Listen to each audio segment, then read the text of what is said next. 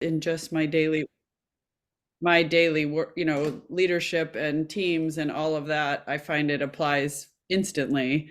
And grateful because I think we nailed it and you guys are offering the best course around. And I don't say that to just, add to egos. I say that because I really think other places sort of, yeah, here's how you coach, ask some questions. And I think you guys have taken it much higher than that. So grateful is my word.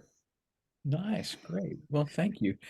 I don't want to steal too much time from our program today. So, Mo, how about if I turn it over to you and we can just check in with everybody about question Why? Why? status? We're having fun with this. I'm Okay. like, I'm, Well, then we'll I we'll want to. we'll draw it out a little bit longer. Okay. Uh, Rihanna, you're on my screen next. If you were to label what you're feeling at this point in the Coaching Academy journey, what would you share with us? Oh gosh. Very optimistic and nervous, as I was joking but not joking with Wes last week, is I love to wear my watch during this because I get lots of credit for cardio that I'm not doing. But my heart rate is so elevated, it thinks I'm like, running the treadmill. So you're saying you're in no danger of falling asleep while we're doing this. Generally, no. I love it. Thanks for sharing that. Amanda, it's good to see you. How would you describe how you're feeling at this point in the coaching journey? Good morning, everyone. It's good to see all of you. I just keep thinking I'm becoming more aware of like where I'm incompetent. So I guess that's good. I'm learning. But no, it's been good. And I think like Galen, I'm grateful to have the feedback and the mentor coaching, and that's been really helpful for me. Nice. Great. Yeah.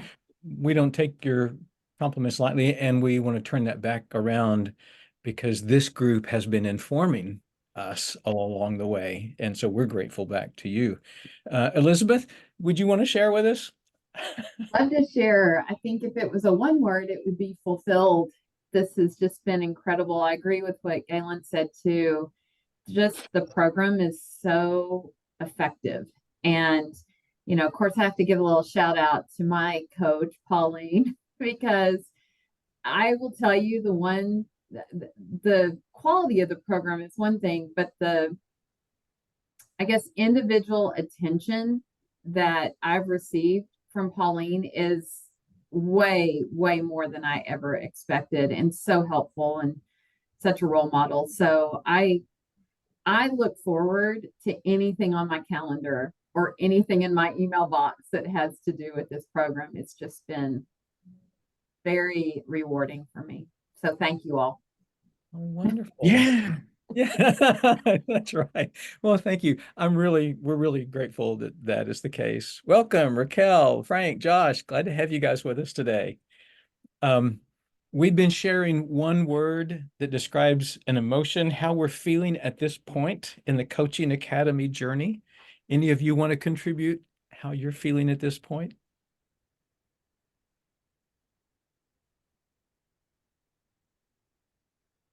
Sure, Wes.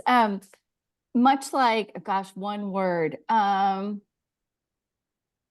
engaged, maybe excited. I think you guys know that about my journey. I feel like a kindergartner, where I'm like, learning to write with a fat crayon, and I really want to be this amazing coach. And so the journey is pretty amazing, both for myself and just kind of watching it unfold as my own growth, and then excited, I guess, about what I can bring to others.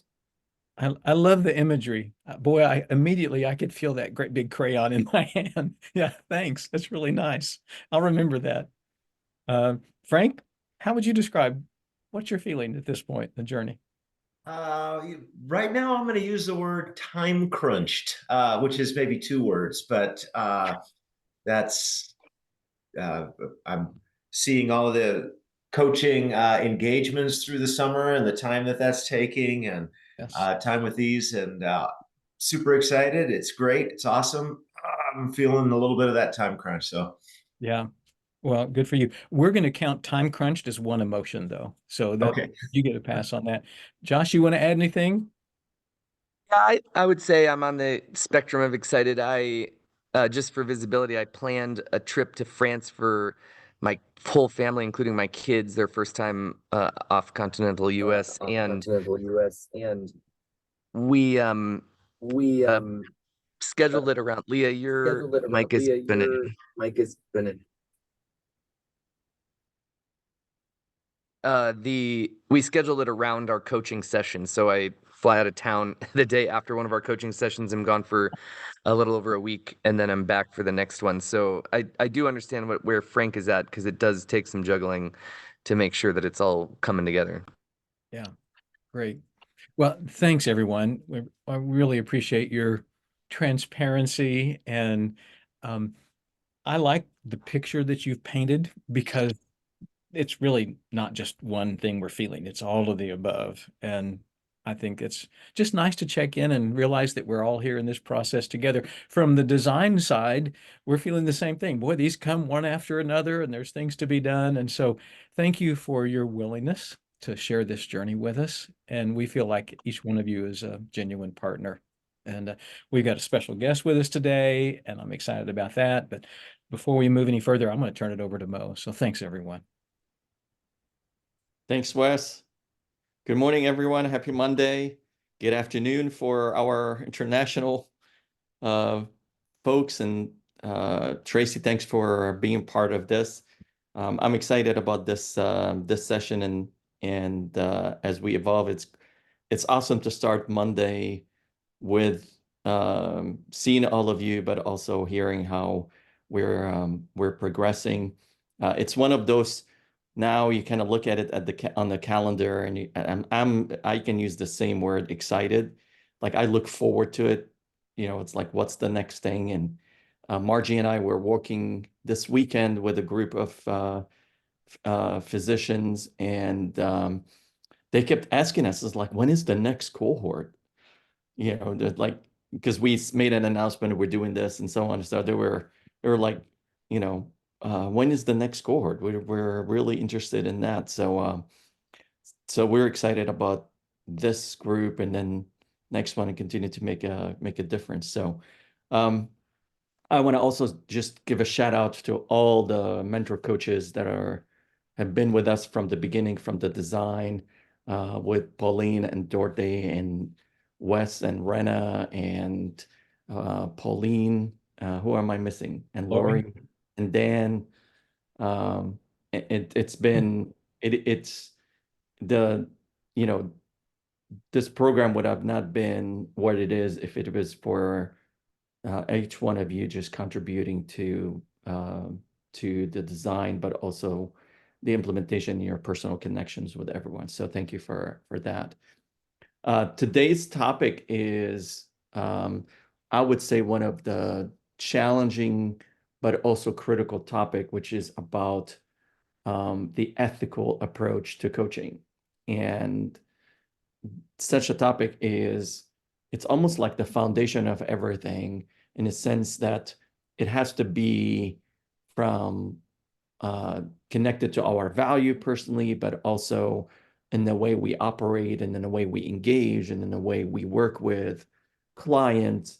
And so, and it's hard to give it justice as being a session. So it's at least a foundational conversation today that we'll continue to revisit as we work through that. I'm curious about, before we start the conversation and introducing Tracy, as you're working through your coaching, has everyone executed a contract with their coachee? Yeah. Okay, great. So we'll talk a little bit about that, but also how does some of the case study and the conversation work through that. So without further ado, I would love the opportunity to introduce my good friend Tracy. Tracy and I were connected through Marshall Goldsmith. She is one of the Marshall Goldsmith 100 coaches. She is based in the UK, and her and I kind of knew each other But I'd reached out to her because of her expertise. She was the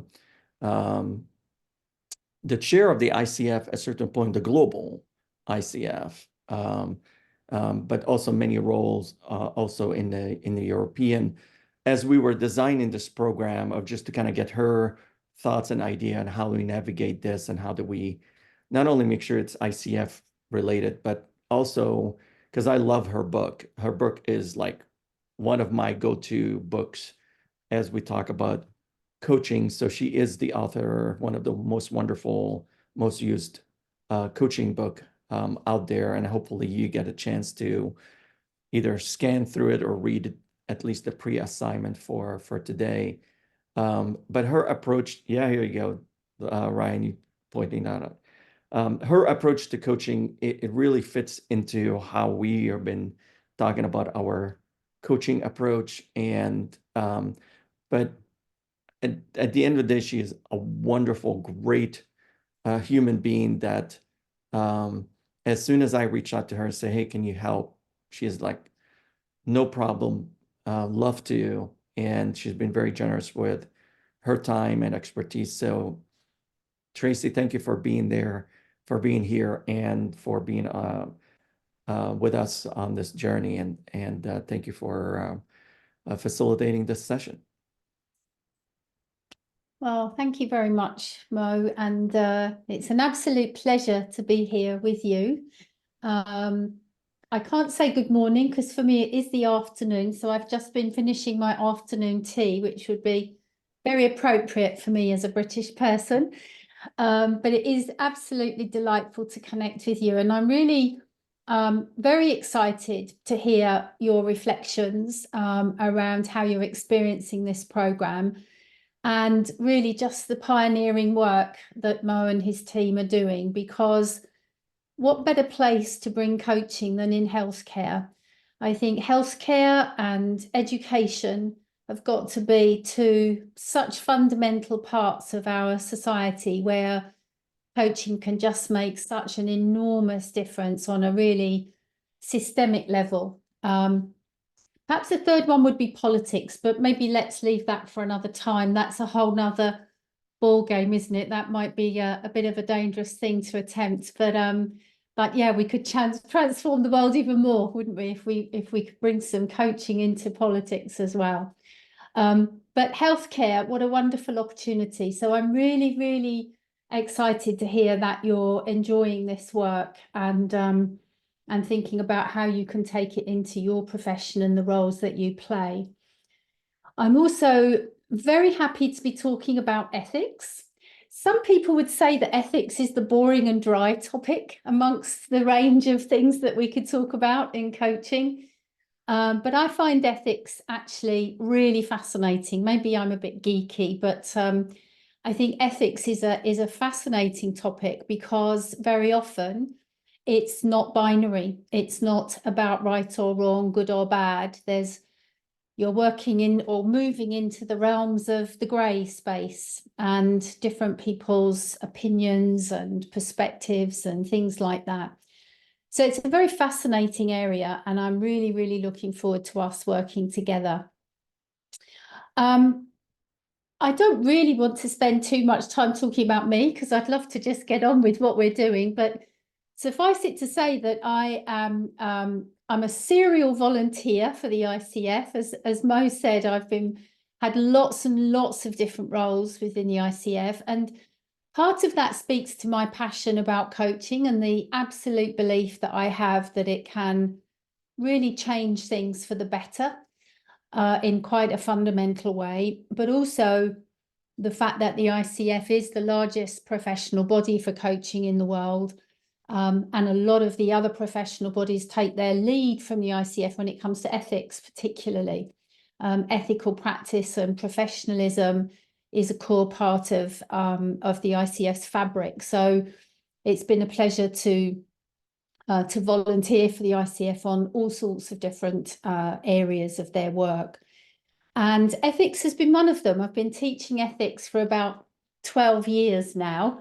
And I'm hoping to make this something that will be engaging for us. I don't want to just talk at you all of the time. So I would really, really welcome you sharing your thoughts, asking questions. I have got some slides to share, but I'll keep an eye on the chat if you want to pop observations into the chat or questions into the chat. If you want to use the little emoticons and stick your hand up, if you'd rather do that, please do that.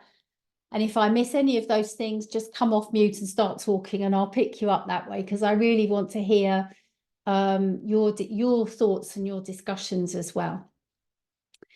So just to maybe share a little bit on the screen about what we're actually going to be doing this afternoon, or sorry, this morning, to orientate us around ethics. So I'll just share my screen for a moment. There we go. And Mo, just checking in with you before I move in, is there anything else that you or any of your colleagues wanted to comment on with regards to any of the other things on this slide, or am I good to Yeah, good to go? Wes in his check-in, I think we got to some of Covered. that, so we can We've skip covered that. those. Yeah. Brilliant. Okay. If there's any just questions or clarification or any suggestions by any of the team members, this might be a good opportunity for inserting in before we get into that. That's the only one area I just want to make sure that we're checking in on any suggestion, ideas, any requests for modification or anything. Yeah, feel free to put anything you have in chat, folks. We'll be watching for it. Marvelous. Thank you, Dan. Okay, so just a little bit of orientation then around what we're going to look at today. I'm going to just check in with you in a moment. If any of you have any reflections, if you have read the chapter that was offered to you as the pre-reading, it's not a test, so please don't start feeling uncomfortable if you've not had a look at it. But if there are any reflections or questions that you have from that chapter, then we can hold a little bit of space for that. Also a little bit in a moment, which I'll probably do first actually, around our contract. I know that you have a contract together as a cohort, but seeing as I'm here to role model ethical practice, it would be rather remiss of me to not reference your contract as we go through. So I'll just check in with you on that. And then I'd love to spend a bit of time really just sharing with you some of the thoughts and materials and resources that you have available to you around ethics and ethical guidelines from the ICF. And also for us to get into a little bit of a dialogue facilitated by some of the slides around what do we actually mean by ethics. If we put the code to one side for a moment and actually think, why do we even have this and what's its purpose? That's really the place I'd love for us to go to today, to think about what is this really actually all about, apart from lots and lots of words on a code of conduct. We've also got some ethical case studies that we'd love for you to get involved with, and we're going to go into breakout rooms a little bit later for those, where in your group you'll have the opportunity to have a look at a case study and think about what you feel are the ethical considerations really there, and if possible, to actually even have a look at the ICF Code of Ethics and think about where the code might give you some kind of guidance. So if you are able to have the Code of Ethics to hand for that exercise, that would be useful. But again, it's not the end of the world if you don't do that. And then really, as we get towards the end of the session, we'd like to have a bit of open space for some other considerations and perhaps specific things that we've not managed to cover off. So we might cover off some things like note-taking or contracting or other things that you might want to bring in around ethics. And then we'll do some reflections and checking out before we close. And just checking here, Michaela's just popped something in. I was curious what programs would be best to use to submit recordings for review, and if there is a preferred process from this academy standpoint. So that might be something that one of Mo's team might want to be able to share with you, Michaela, in the chat, because I'm not, well, I know what the ICF require, but I'm not sure what HLI will require. So I'll leave that one in the chat there. Okay, so that's our plan for the morning.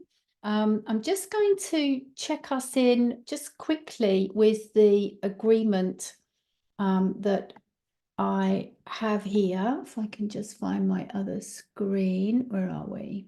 I think this is it here. Let me just make sure yeah, there we go. So I'm not necessarily going to go through all of this document. It's really just to actually just connect us with this really, and think about some of the intention that we're bringing in terms of how we work together, and also by way of doing that, to acknowledge with you that I've seen this document and I'm committing to those things as well, that I'm committing to being open and engaged, to taking initiative and being innovative, and all of these different elements that are part of your group contract. And I guess the reason that I'm just highlighting in on that is because one of the things that we find with coaching is that ethical practice has contracting quite often at the very heart of it. Thankfully, the ICF does not get too many complaints around coaching practice and coaching conduct.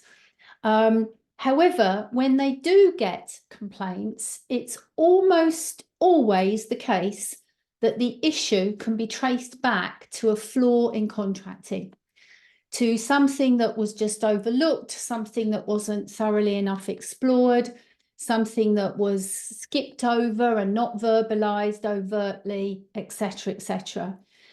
Interestingly as well is that when you look at people who apply to the ICF for their credentials, a flaw in competency 1 and 3, which is contracting, is often what causes people to fail their credentials.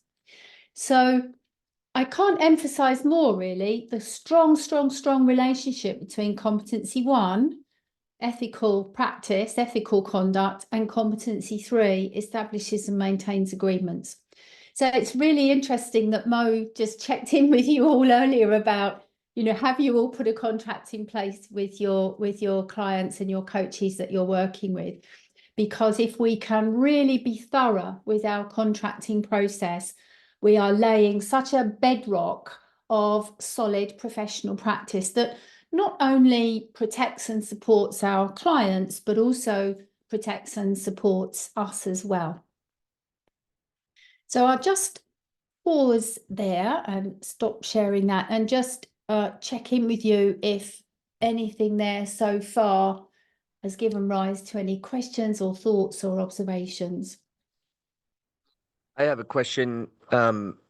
Background, I think you're aware that this is mostly a healthcare crowd. There's at least 5 physicians on this, nurses, and we have a very heavy law in the United States called HIPAA, which guides some portion of our, what you would share and what, and of course I was reflecting on that when reading the chapter in the book about ethics. I'm assuming that sort of the law that governs this, at least in the United States, really is just around violation of contracts, that there's not other HIPAA equivalent laws that would apply to coaching in the United States, at least. And I don't know if anybody knows the answer to that. It's a great question. I mean, I welcome other people's perspectives as well there, Joshua.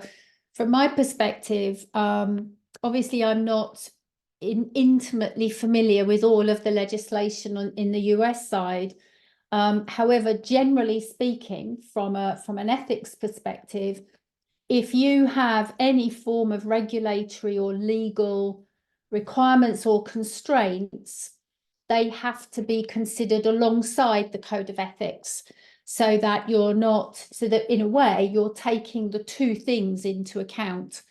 For example, one of the things that we talk about, which would apply generally almost to any profession or industry, is that an organization's company handbook, for example, in ethical terms, constitutes a law. In a way, it's internal law to your company, not necessarily legally, although some of it is around grievance or disciplinaries, but in terms of company practice.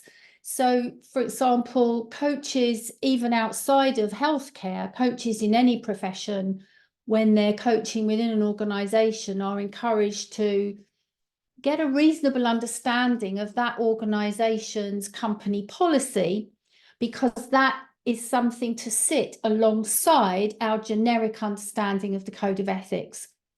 So you've got almost this double lens that you're looking at. The code of ethics from the ICF perspective is very generic, international, multi-industry, multi-professional, etc. And then overlaid into that could be any specific filters related to that particular organization or that particular profession. I don't know if that helps to clarify at all, Joshua, and obviously welcome other thoughts as well. Anyone else want to comment on that?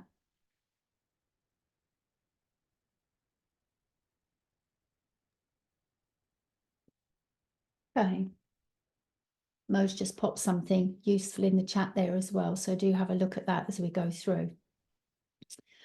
Okay, so just checking in with you with regards to the pre-reading that was sent out from the book. There are a couple of chapters in this book actually on ethics. There's one which is very much around competency 1, which is the chapter that I think you were invited to have a look at, which is chapter 6. And there's also another chapter a little bit later on, if any of you get really passionate about ethics, there's another chapter that you can have a look at as well, a little bit further on in the book, which is chapter 23.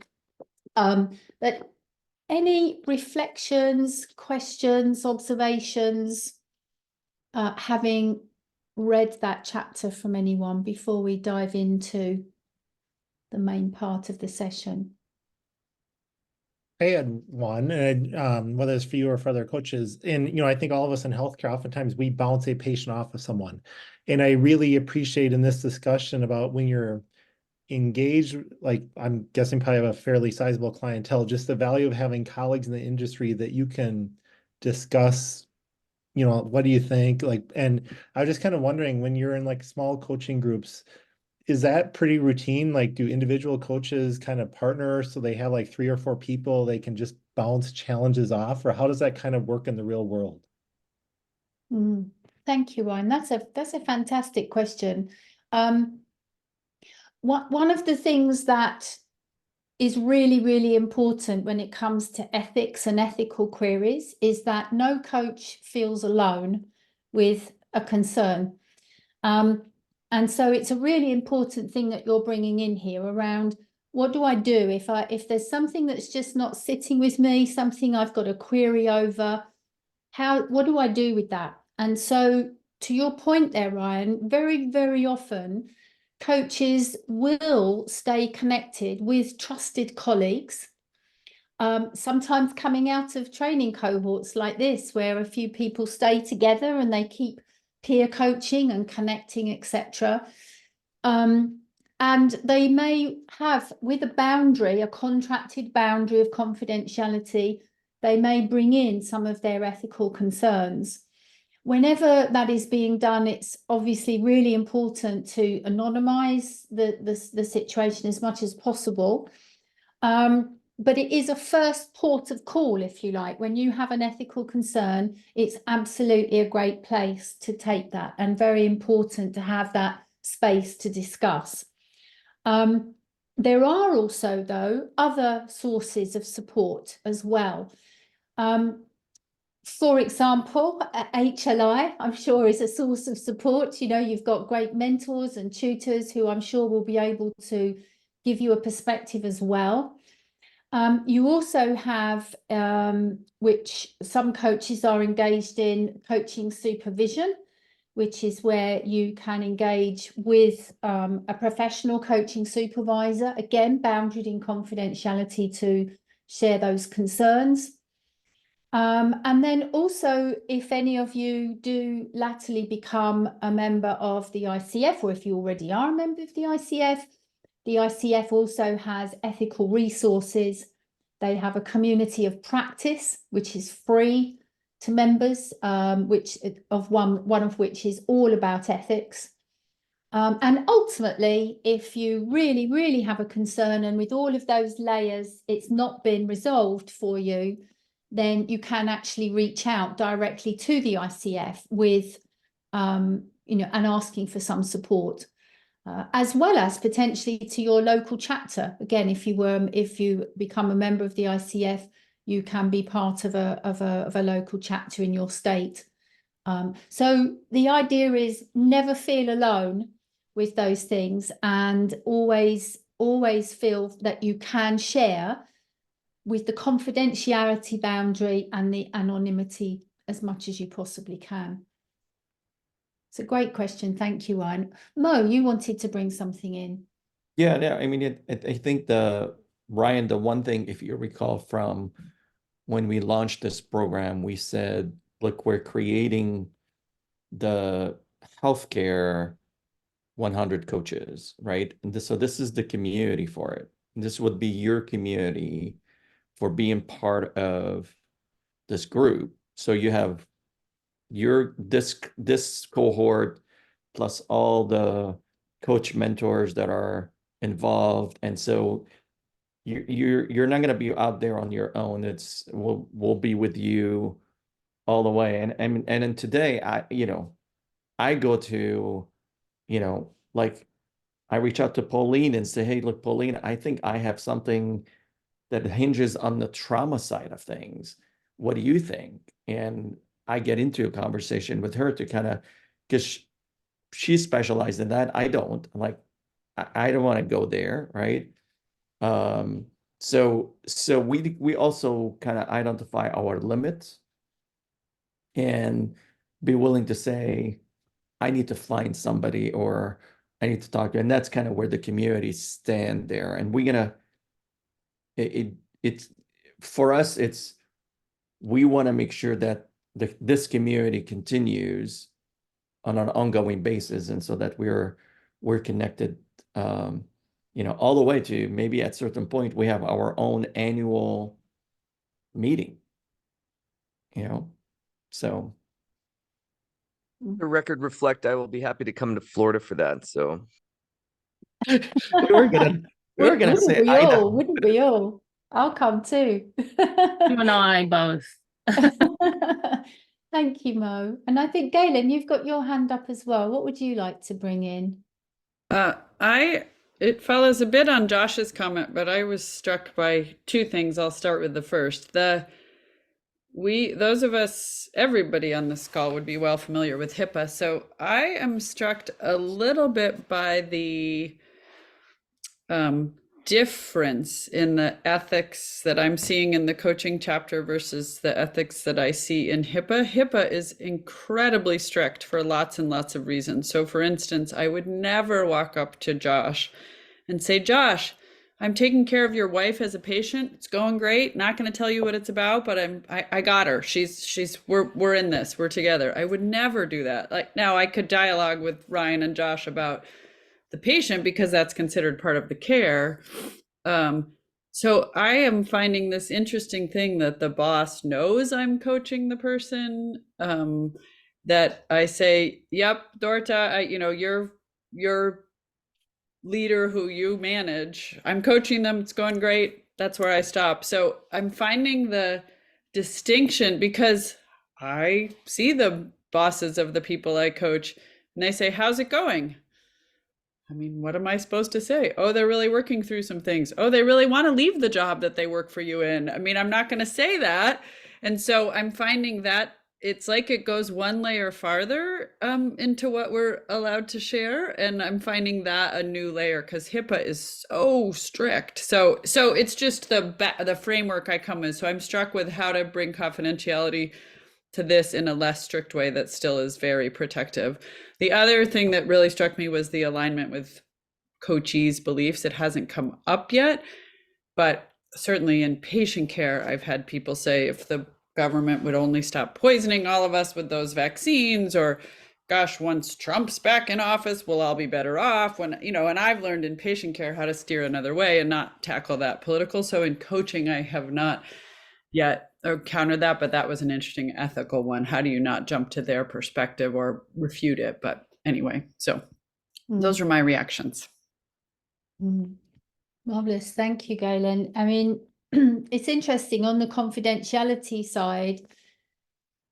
I suppose from my perspective, having worked across many different professions, some professions at their core have more stringent codes of conduct and codes of ethics than others. And of course, healthcare is going to have rather a stringent set of infrastructure around that, which of course is absolutely appropriate. Other professions don't have that. And so there's something here about, with a generic kind of code of ethics, to try to put something in place that is good practice across society more generally, but then still very much bringing in, as we said with Josh's question, the overlay of your own industry specific practices and what is appropriate for you. When it comes to confidentiality generally in coaching, we would still very much we should uphold very stringent confidentiality perspectives. And so it does depend on what is contracted for. So in some cases, a client might want their manager to know that they're being coached. And if that's contracted for, then, and everyone is comfortable with that, then that doesn't have to be kept as confidential. But if the client wants that engagement to be confidential, then absolutely it should be. So this is the grey space in a way, that it really does depend what the nature is of the confidentiality boundaries, or let's say the exchange of information between the parties, will depend on contract from contract to contract, depending on what was agreed. And is still very much at the central point of what is the requirement or the desire of the person being coached. You do obviously have another little tricky bit there, which is the person being coached is not always the person paying for the coaching. And that means that you actually have a tripartite situation, which I'm sure you've discussed already a little bit. And that's where you effectively, in a way, have two clients, because you have a client that you're coaching, but you also have a client that is sponsoring and paying for the work. So contracting there around who can say what to who is even more important than if it's just a two-line arrangement. Hey, Tracy, go ahead. Mo, before we move on to that, can I just make a brief comment in response to Galen? Yeah. One of my residents is from Dubai. She just went and did a rotation in the UAE, excuse me, and there is no HIPAA law in UAE. And that was one of the things that stood out to her the most while she was there for a month, visiting different clinics and seeing how they practiced, was the free flow of information that was occurring to family members, to, you know, people in the clinic. To her, it was super shocking, because of course she's done her training here in the United States, and it just felt super weird. But in a different country, in all the clinics, it was similar. So I'm only pointing that out only because I do think the HIPAA law in the United States is stronger and has a heavier weight over our practice than probably the rest of the world. Mm-hmm. Thank you, Josh. And building on that just a little bit is what you're bringing in here, to my mind, is this idea of context.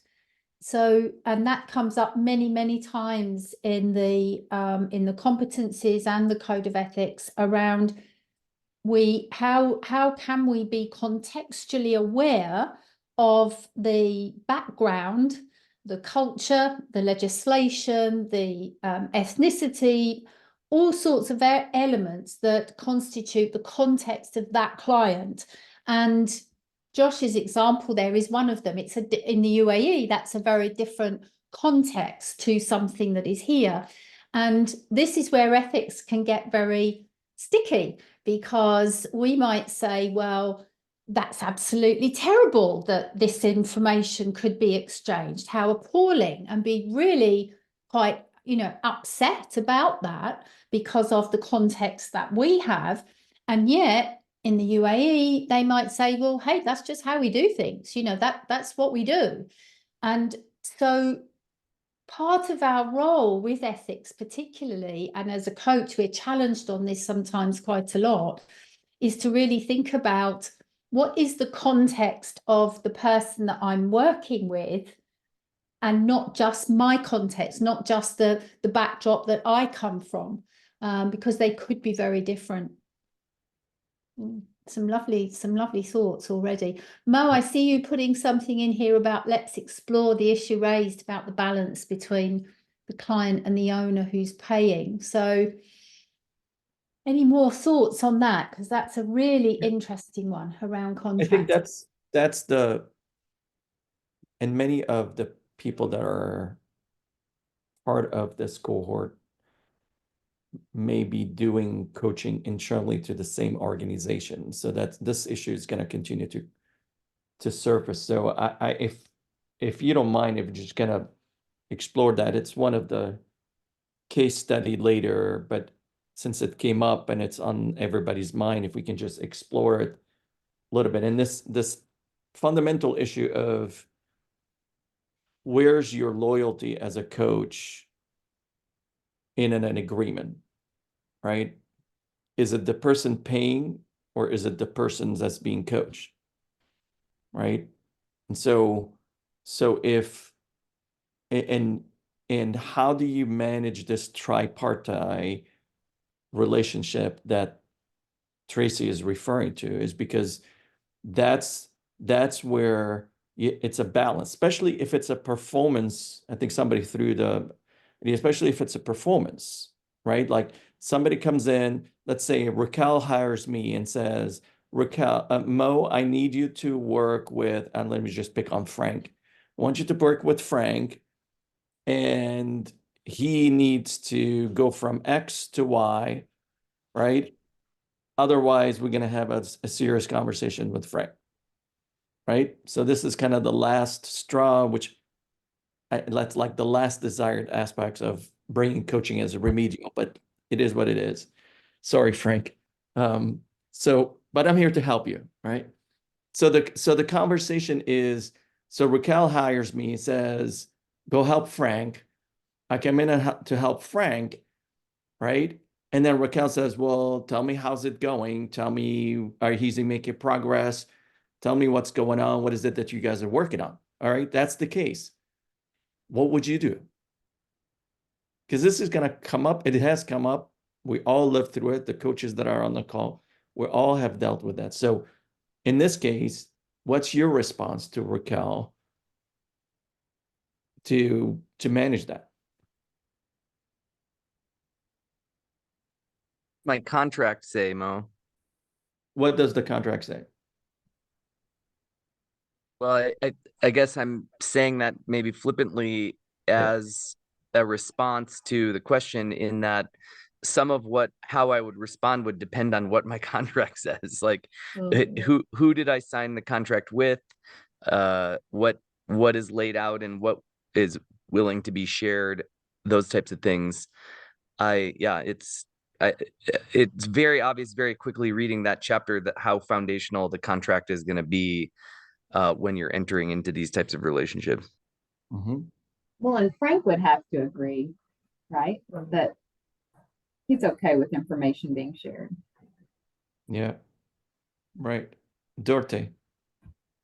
Yeah, I found myself in that scenario quite a bit for many years, and found that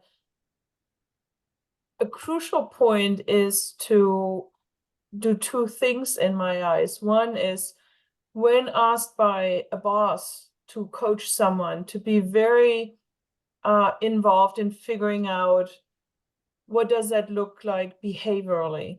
So to say, how would you know that our coaching is successful? What changes are we striving for, and how will you notice them?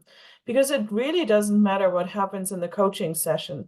The only thing that matters in these scenarios is what does the person on the job actually do observably to the boss and colleagues. So really not letting the sponsor, I always call them the sponsor, off the hook and saying, oh, just make them a better leader. That is not acceptable. What does that look like? What's the aspect? How will you know that we have accomplished that?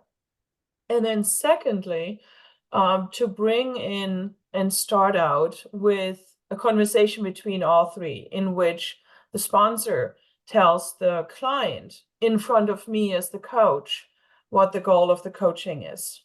So I am acting really on behalf of that dyad. That matters greatly. So saying nothing that's being shared in the sessions will ever be shared outside.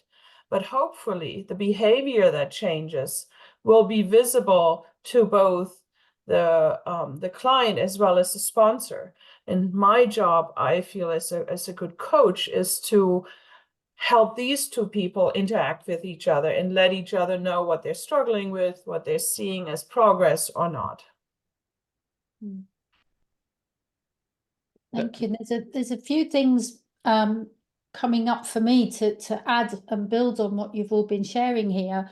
As Dorte saying, when you're in that position of that dialogue between the sponsor and your client, you're not only bringing coaching skills, you're also bringing facilitation skills, because effectively your job in that part of the process is to facilitate a dialogue between those two people, because it's the agreement between those two people that tell you what your job is as the coach. And as a facilitator, we sometimes maybe have to also be assertive by asserting what is good practice, what is an appropriate exchange of information, and what is even an appropriate thing to be coached on. So, for example, if a sponsor says, I'd like you to coach X person around their performance, one of the first questions that I always ask is, does this person know that their performance is being questioned? Because, and forgive me if I'm being terribly cynical here, but it's not the only time that I've come across a situation in organizations where actually a coach is being brought in to fix someone that the manager themselves hasn't been able to fix because they've not line managed them and supported them effectively. And that can be a real stress point for a coach to be put into a situation that actually is not a coaching opportunity at all. It's a line management role. And there can be an element, either knowingly or not knowingly, of an abdication almost of line management responsibility from the line manager to the coach. So before we even get into discussing how we're going to do the work, it can be very, very useful to establish, is this actually a legitimate cause for coaching? Because if we're being told or asked to coach someone around their performance and that person hasn't actually been made aware that there's an issue with their performance, then we're already in an ethical quandary because there is not an open exchange of information. I can see some nods, some smiles and some nods there. This maybe resonates a little bit. Yeah, I've actually found myself offering in scenarios like that I coach that line manager and say, let me coach you how to address the performance issue with your person. if they're struggling with that. And that's, and I'm glad that actually also Raquel put something there from a contract language of the key is to avoid us being the coach and becoming the messenger, right? And compensating for what a manager was supposed to be doing, which is providing performance coaching for their physicians or team member or whatever, right? And it's an indicator when the sponsor is insisting on knowing what's going on. It's for me, it's a flag right there of trying to figure out, you know, how much have they done their part, how much trust has been there, because then as you dive into it, and look, I got sucked into many of those things, and what you start realizing is it's a dynamic and it's a cultural issue and there's other things that you're trying to fix more than just one element. It's all of a sudden now you're fixing the relationship and you get, you know, and then all of a sudden you realize like, oh man, I should have charged like 10 times this situations than what, you know, than what I'm charging for, right? Because so it becomes costly, but also is then you get sucked into the culture and are people doing their job or not doing their job, and love what Dorothy was saying is like just eliminate the triangulations, put everybody in the room. Let's agree on what's the measure of success. And then let me tell you where's the ethic and the confidentiality comes in, which is the discussions that between me and Frank is between me and Frank. Let's agree on what's the measure of success if Frank is performing and not performing. And then unless Frank gives me permission to tell Raquel about anything specific, I am bound not to do that. Clear cut, but everybody on the same page versus, Mo, I need you to fix everything and I need you to keep me informed. I'm like, yes, and, you know, let's talk about that. Thank you, Mo. There's one more thing that might be helpful around this, that was just picking up on something else that Dorothy said around measures, which of course is really, really important, is in coaching, we often talk about the concept of ROE. So not ROI, which would be return on investment, but ROE. And ROE stands for return on expectations. So part of the conversation can be with the two people. And as Mo said, we would really recommend having those conversations as a three-way and not two separate conversations so that you're not the messenger, but to really facilitate a dialogue around what does each party expect as an outcome from the work. And those expectations could be defined in a quantitative way or a qualitative way. And ideally, you want to try to have, you know, a few of both if possible. There is actually, in case it's of interest, there is actually a very useful model that I've often used for establishing measures in coaching. And it's actually a model that is borrowed from the field of learning and development, and it's called the Kirkpatrick model. And the Kirkpatrick model actually evaluates the efficacy of a training program. And it's got 4 levels. And you can easily transfer the concept from the Kirkpatrick model into coaching.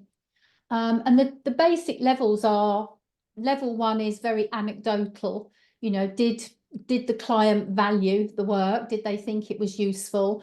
Level 2 is what kinds of skills or knowledge have they acquired? Level 3 is how have they changed their behavior as a result of that knowledge? How has that shown up in adjustments to their behavior? And then the 4th level is what impact has their changed behavior had in their team or in their role? So you've got a really lovely, simple 4-step level that can be a useful, simple tool to support that dialogue around supporting those two people to come up with measures that could be looked at on those 4 levels. And the more you do that, the more you're laying that foundation of safety, security, ethics, openness and trust, etc. Thank you. Some people have popped that. If you have a look, the Kirkpatrick model, I think someone's popped, Dan's put a link in there as well. Thank you, Dan. Frank, I can see your hand up. What would you like to bring in?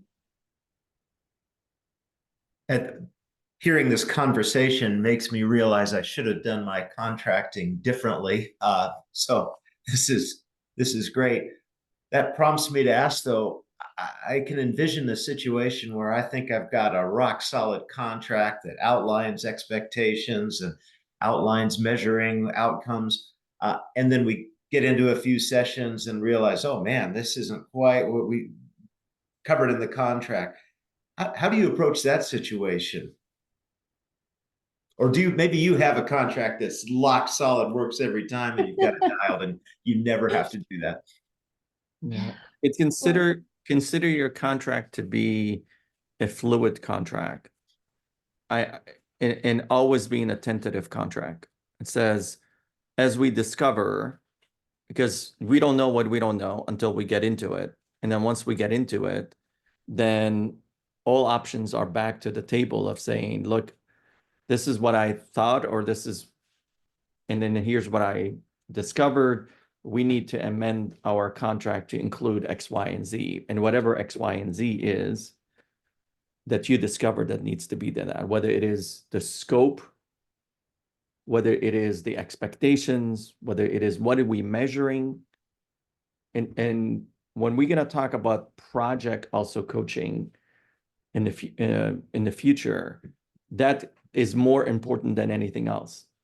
Because when you get into and you go in and you say, well, we're going to work on improving from X to Y, and we're going to focus on this division, and then I get into the division and then realize, like, shoot, it's not that, it's these other things, and it's this specific service line, then I got to redo the whole thing and say, look, we really need to go here, not here.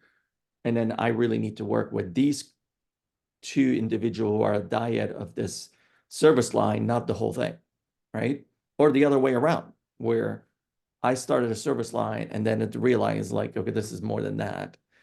I had that a lot with the hospitalist group. I started with a hospitalist, and then all of a sudden, now the ED folks needs to come in, and a couple of other specialists that are, and you just, like, your scope just goes from, it's not the hospital, it's everything connected to them. And then now we're going to work through that. And I see everybody's smiles, like, we've been there. So keep it as fluid as you can, and make that expectation of saying, after the discovery stage, we can come back and readdress.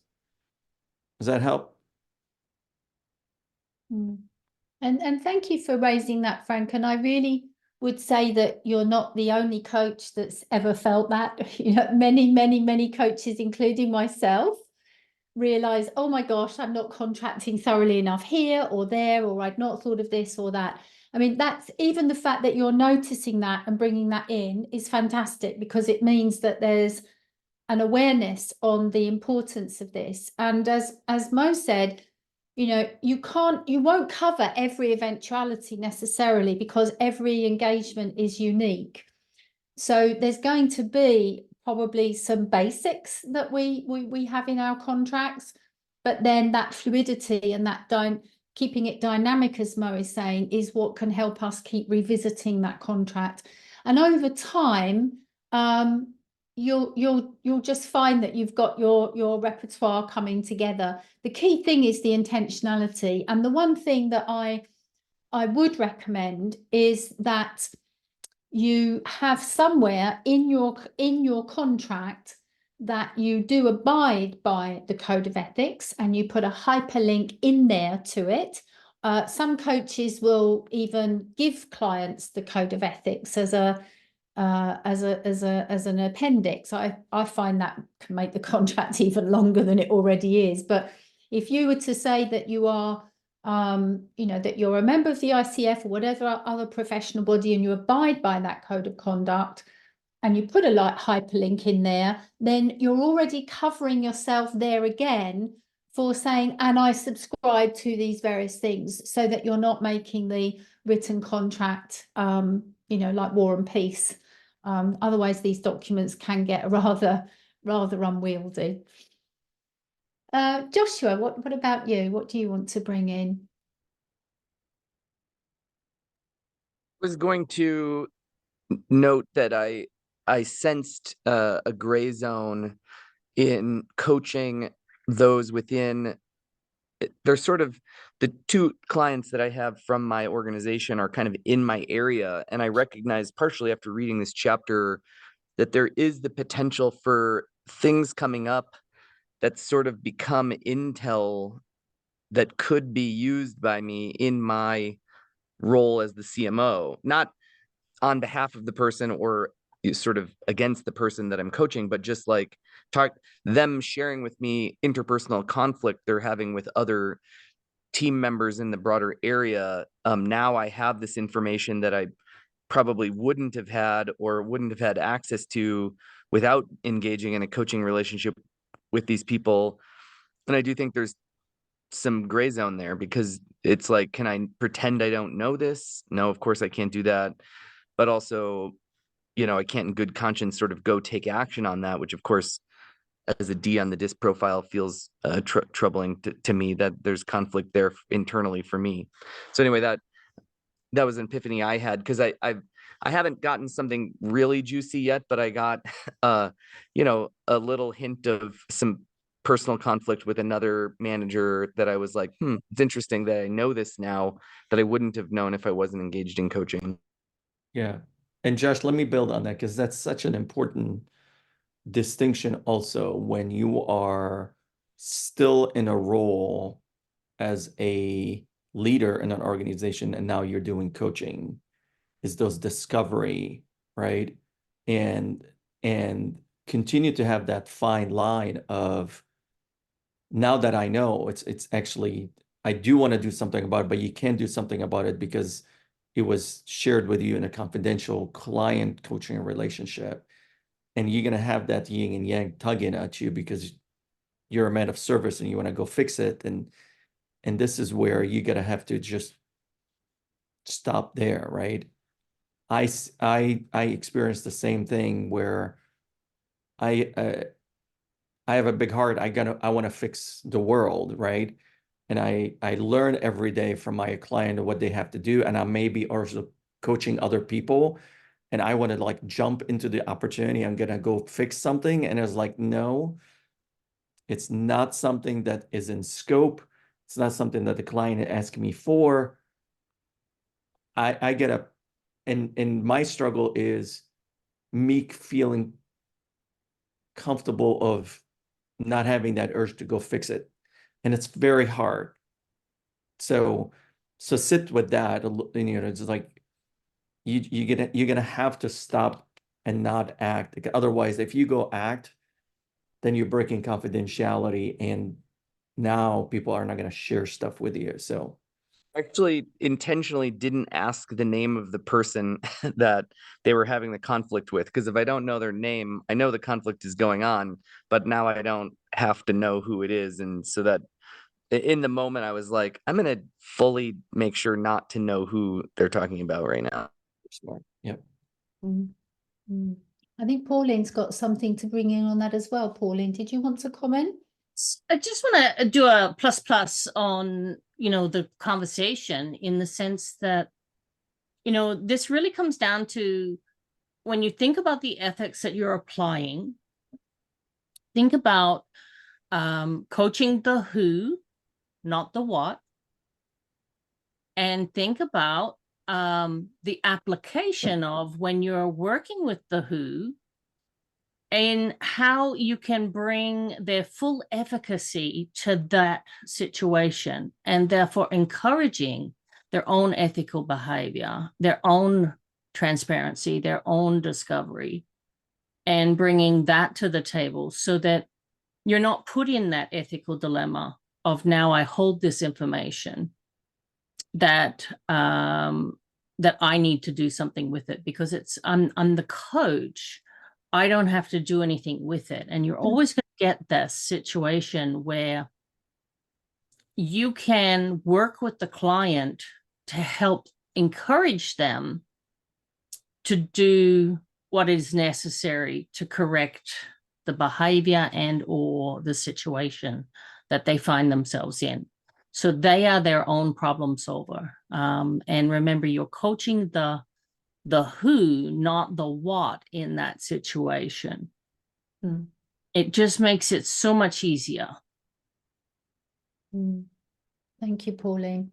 And I really, I do take my hats off to internal coaches, because the piece that Josh is bringing in here is challenging for someone who's coaching within an organization. I always say that internal coaches have a far harder job than someone like me as an external coach, because I don't have to worry about all of that knowing.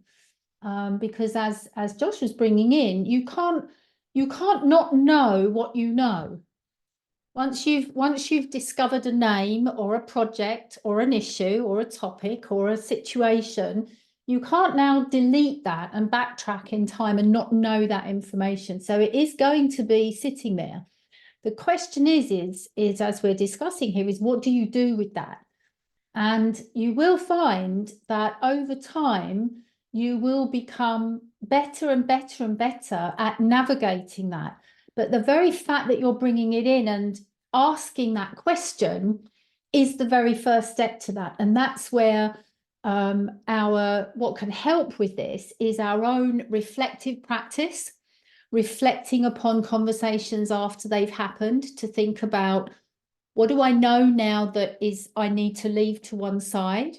Also preparing for sessions and getting present. I mean, we all know how busy we are and how easy it can be to jump literally from one thing into a coaching session. And that is when mentally and emotionally we can get caught off guard, because we've not done the shift, if you like, to settle our minds and get ourselves totally available for that person and that conversation. So, you know, working, as Pauline's popped into the chat, working with a mentor, working with a supervisor, particularly if there's information that you can't put down, you know, if there's something that's really niggling you and you're not able to let it go, then working that through with someone could be very useful. But your reflective practice with your reflection partners, your journaling, and you taking time to really separate and shift cognitively from what you've been doing into that space with someone else will really help us to regulate these things so that they don't contaminate the work. Marvelous, great questions coming in. I think there was one that came up a little bit earlier on. Dan, you were saying this would be a good one to discuss. I think it was from Elizabeth. I'm wondering if our master coaches have experienced a situation where they've executed on the contract correctly on their end, but the client has not changed behaviors or valued the coaching. How do you handle that? Wow, there's an interesting one. Any thoughts anyone would like to throw in to kickstart that one a little bit? Yeah, one of the things about that is, you know, you think about what you're contracting is, you know, are they meeting the obligation? Are you seeing the results? Remember what was said earlier about the results of the engagement. If you're not seeing the results, this is a great place for that. I mean, you and the client should be the first to know that the expectations aren't being met, and that conversation should happen there. But those early, midpoint, and endpoint conversations, where you have like the supervisor or whoever is, you know, the key stakeholder involved in those expectation conversations. I can think of a situation where a manager that was being coached as part of a leadership program was not meeting the obligations, was not engaging. And so we had a very honest conversation in that midpoint three-way conversation, where it's like, you know, what's in the way? And there was a half-hearted commitment to continue the process, but it really wasn't there. And so at a certain point, I recognized this person was not going to engage any more than they had been. So we had an honest conversation about this isn't meeting your needs. It's not meeting the needs of the organization. And frankly, it's not a good use of either of our time. Is that how you see it? The client said, that's exactly how I see it. Okay, let's have that third meeting early and let's wrap this up. And we ended the engagement. So from that standpoint, setting it up very clearly ahead of time as to what happens, what may happen if the person doesn't engage. I typically like to make sure that the stakeholder is aware very early if I'm running into difficulties engaging the client. And it's not about repeating anything that the person said. It's about saying that I'm seeing a concern that has a chance of impacting this engagement. So other coaches, please chime in, but that's one of the examples. Is you may run into it where you just end up having to end the engagement or acknowledge that it didn't work. Yeah. And or re-engage the contract, right, under new conditions. Right. Thank you. Yeah. Yeah, I think I would say it's a liberating. I'm going to go back to when we started the academy, and what you're trying to say is, look, you're not here to fix things, right? And so always remembering that you're here to help, assuming that they're coachable and they're willing to receive the help. But when you start assessing that this is not a winnable conversation, not winnable engagement, you want to be willing to walk away or hand it off to a different coach that might serve them better, right? But I can tell you it's such a powerful posture to have that, look, and I always tell my client, I said, look, I'm going to earn your keep every day by every conversation, right? But also at the end of the day, I got to be willing to walk away, and you need to be also willing to walk away if this doesn't work. Making that clear, and for many of you probably were on the receiving end of this type of conversation, I make it very explicit at the beginning of, there's an exit ramp to this. The chemistry has to be there, the willingness that you're willing to do the work, I'm willing to do the work. But if that is not going to occur, all bets are off, right?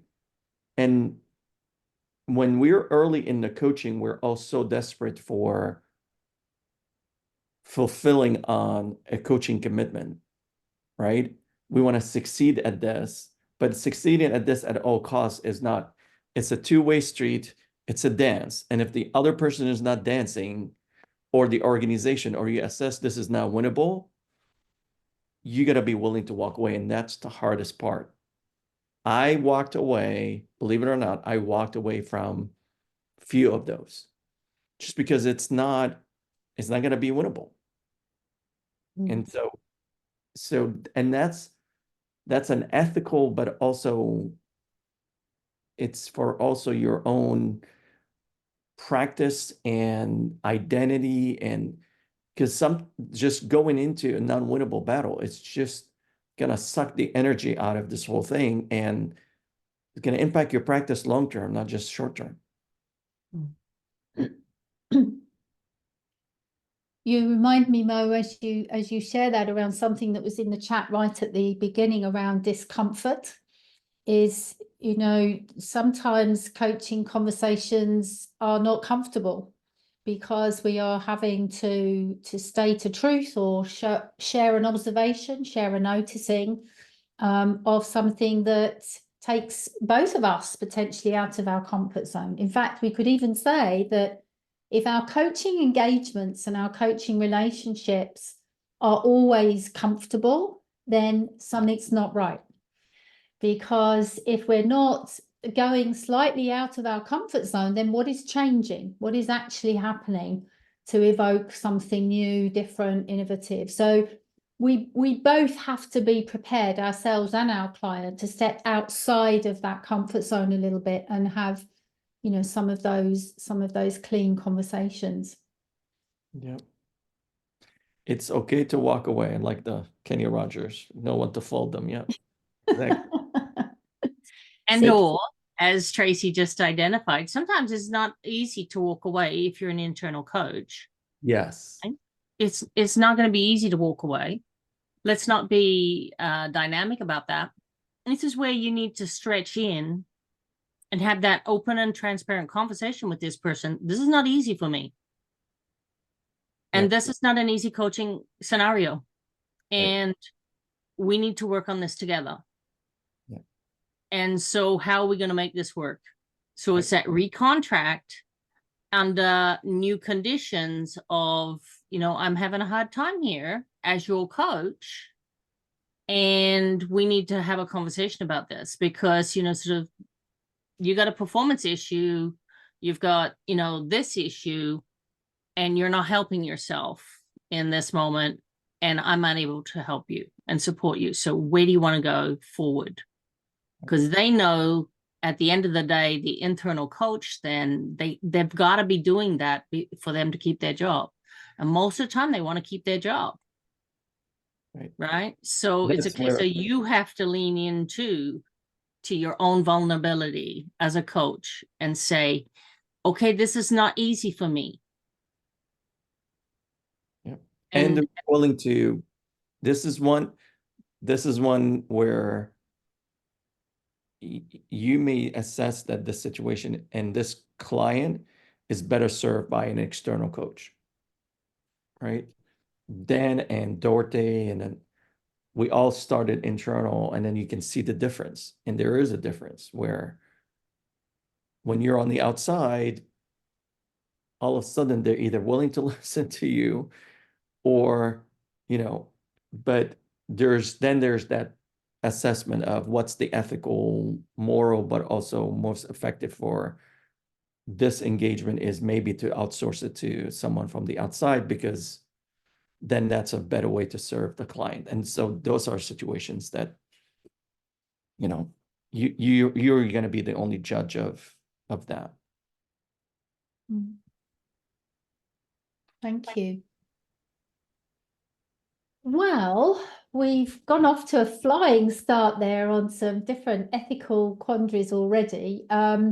What I'm going to suggest is, just for a shift of a little bit of a different kind of focus, I'm going to maybe share a few slides with some different concepts around ethics. Some of them I'll skip through a little bit because we've already kind of covered some of those things, so I won't spend too much time on slides unless they're absolutely necessary. But I think you're going to get a copy of these slides afterwards anyway, so if you haven't got them already, so you should have access to a full set. But once again, please feel free to ask questions, bring in comments on anything that we're going through. So I'll just take a few minutes just to share a few thoughts and ideas, and then check back in with you and see where this takes us. Okay.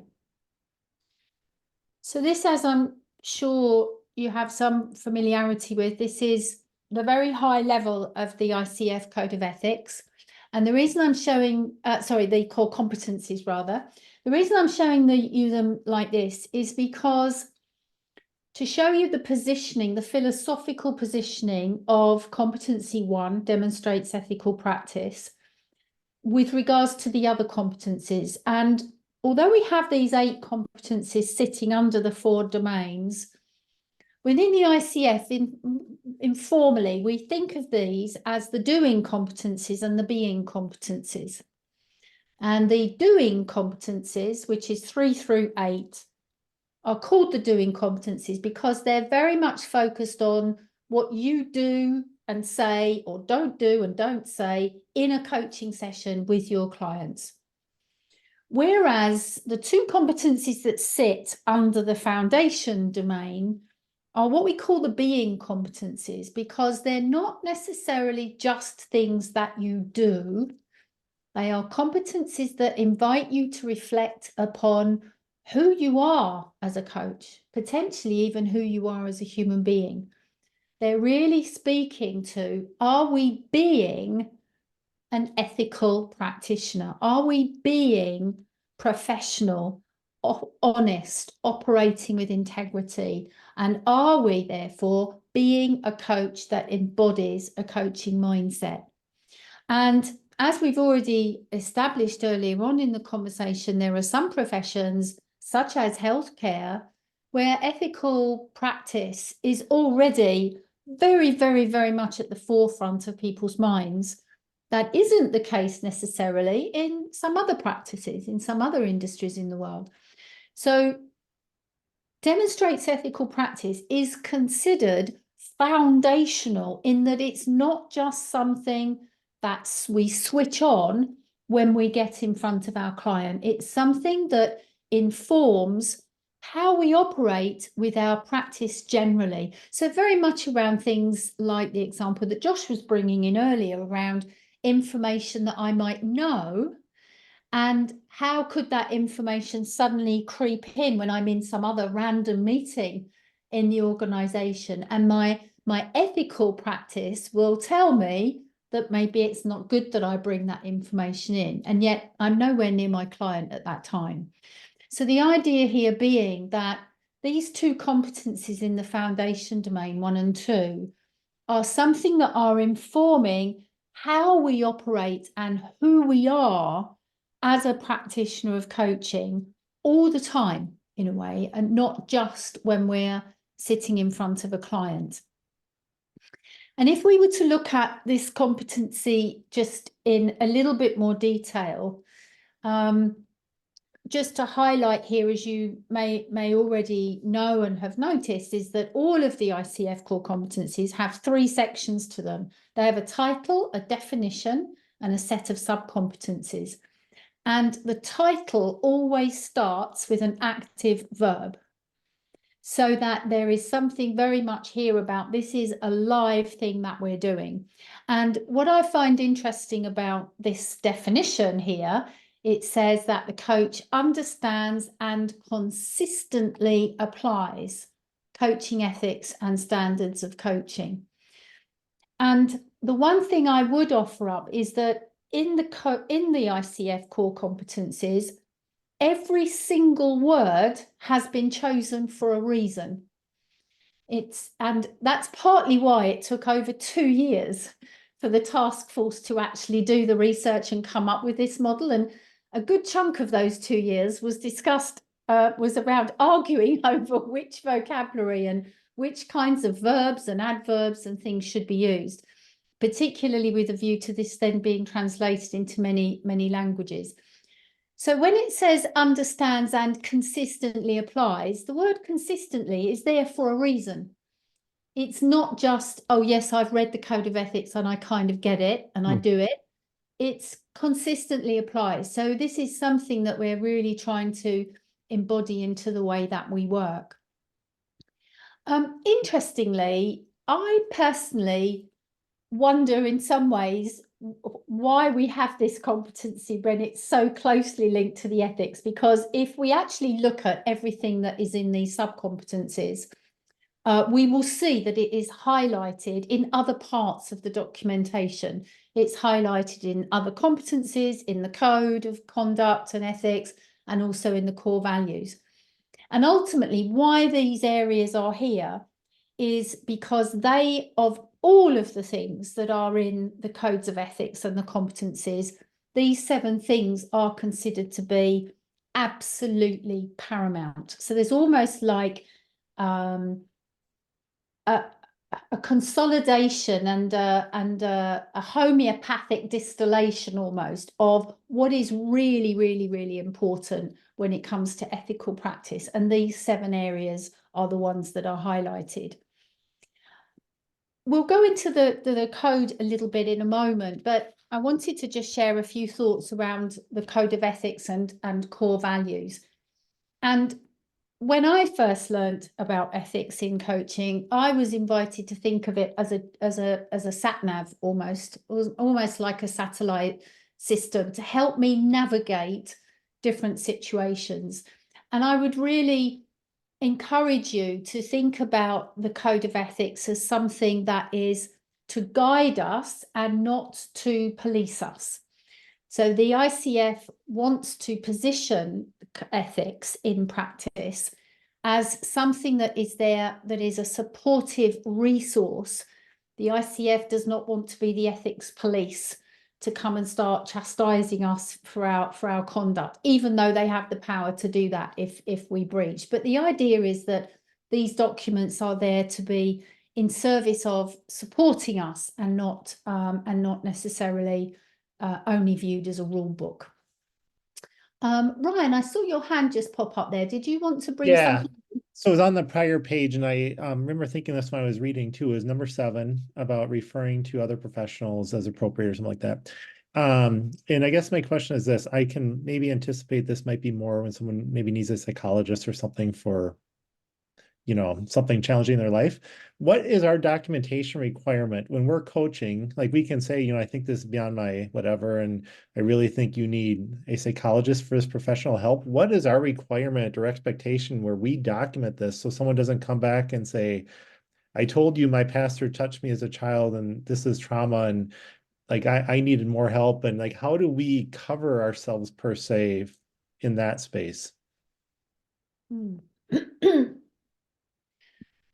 It's interesting when it's something like that. Personally, Ryan, if I had felt that it was important to invite my client to consider a different service, such as a psychologist or a doctor or whatever it might be, a therapist, that is something that I would discuss with them, but I would also personally document that to say that I had recommended that they did something differently. We do have an ethical responsibility to refer clients if we feel that there is another service that would be most helpful to them. There's another interesting nuance to this, which I'd be very interested to hear all of your perspectives on this, and if it's different in the US to here in the UK. But for example, in the UK, I am not really supposed to refer my client to a therapist because I am not medically trained to make that referral. And I could potentially be challenged around making such a referral when actually what I should do, be as a non-medically trained person, and I know obviously some, if not all of you are, what I'm supposed to do is to refer someone to a general medical practitioner, and for that general medical practitioner to make a further referral from there. So I'm just curious as to whether that's similar or different in the US. Michaela, you've got your hand up. Well, I might not be able to perfectly answer your question. I just was reflecting on the fact that several of us here are physicians and work in specialties that could be considered, generalist, as internist, family medicine trained specialist. And I was just reflecting on the fact that that is something we might need to pull out in our contracting as well, where it's very explicitly stated that even though I am an MD and I hold this license, this is not, right? Medical I am not acting as a physician. So I don't know, this might be something to explore. This probably goes deeper than what we want to discuss here right now, but I'm wondering if that is something we want to explore as something more with the explicit goal of this cohort as well. If for those of us who hold licenses, nurses as well, right, hold licenses that might have additional ethics, or somebody said, well, but you as the physician made this, you should have seen this differently, and it could turn into malpractice for us potentially. So how do we clearly delineate that? That's it. Thank you, Michaela. I mean, that's such a great point. And in some ways, we have a slightly similar situation in that, for example, one of the hats that I wear, in addition to being a coach, is I'm also a trainer, I'm a supervisor, I'm a mentor.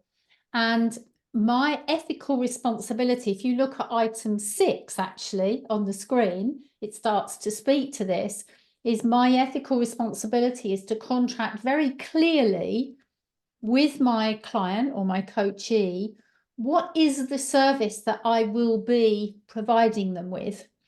And so for people like yourselves, where there may be a medical hat that you could wear, I would imagine it would be very important to discuss with the client that you are making a distinction there and that you're not there as a physician. You're there as a coach. Other thoughts? Any other thoughts coming up on that?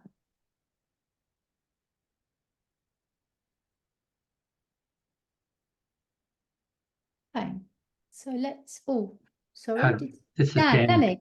Yeah, I think the only situation where as a physician in the US, you would need to report is if you expected harm. So if someone said, you know, I've made my conclusion and I've decided to kill the CEO, I think, and especially if that person was not joking, had a plan, I think you'd be obliged to report. That's not something you could sit on. I think the other is if someone had a plan to hurt themselves seriously, to self-harm, I think you would be obliged to report. And, you know, as an ICU doc, that's, you know, we have a lot of very confidential conversations, but the one thing, you know, we have to be careful about is that. Yeah, and Danny, one of the cases later, we'll be also discussing also where does things fall, especially when we work inside the hospital and we're part of the medical staff, and when something that a client share with us that is reportable, not reportable to the peer review, right? And that's kind of where those things will show up. Those things will be shared, and then where's our ethical, moral, and legal obligation fit, right? So we have that as one of the cases later that we can also work through. But those are real. This is the difference. This is the difference between a coaching academy and a healthcare coaching academy, right? Like in healthcare, we're dealing with some other things than just in the general aspects. People are going to share with us different things, but also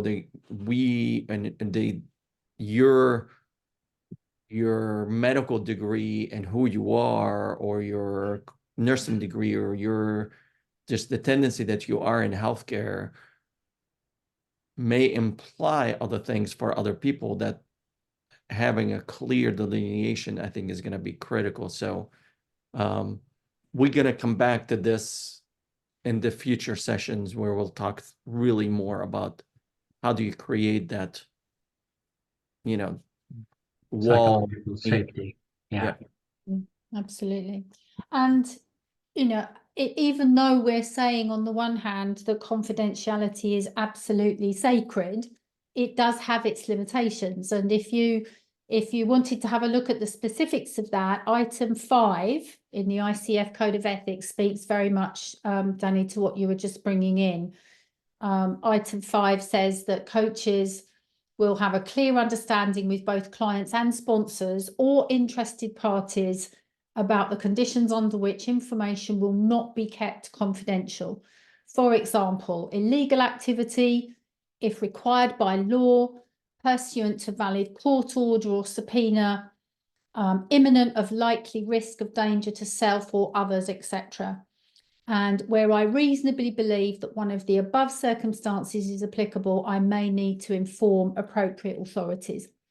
And part of our ethical responsibility, when we're, so going back to the contracting and adding to our list of things to contract for, we must explicitly discuss that before we start working with a client, so that they know that there are those conditions within which we may breach that confidentiality.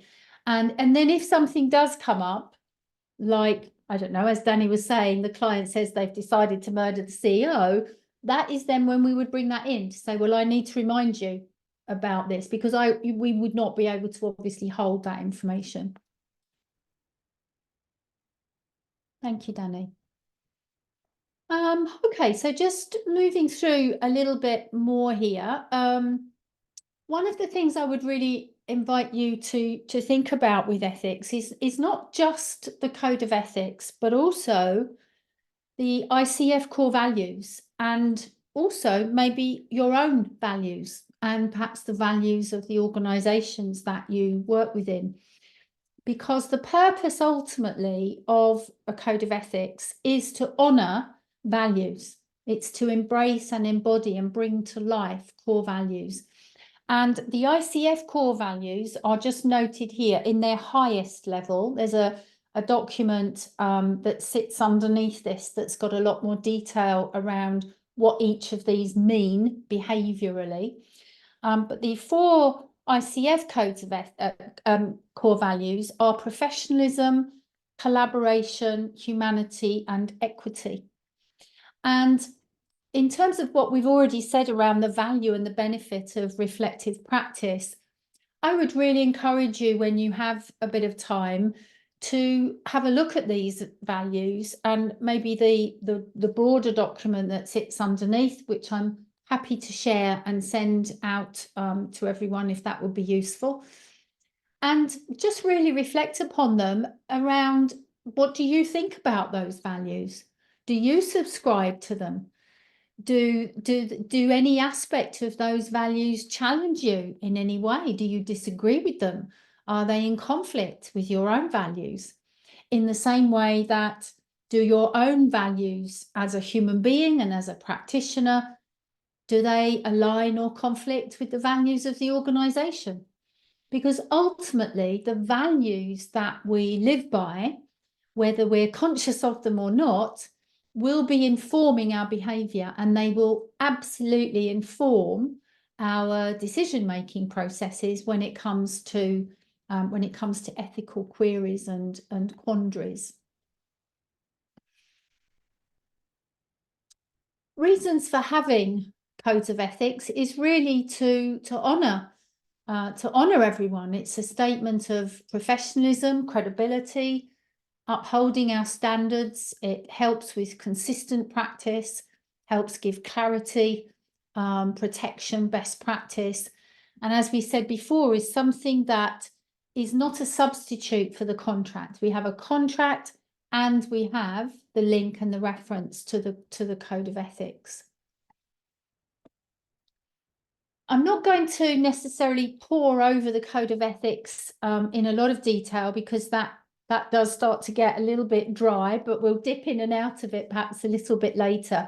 But I did just want to give you the high level structure of it, so that when you do have a look at it in more detail, you can just navigate that a little bit. The code of ethics has 5 key areas. The introduction is really just some background information, and section 2 is a glossary of key definitions. And then section 3 is making this link between ethics and values. The main part of the code of ethics that is of interest to us when we're looking for sources of guidance or input would be section 4, which is the actual standard itself. And there are 28 items in the code of ethics that sit under these 4 areas of responsibility: to clients, to practice and performance, to professionalism, and to society.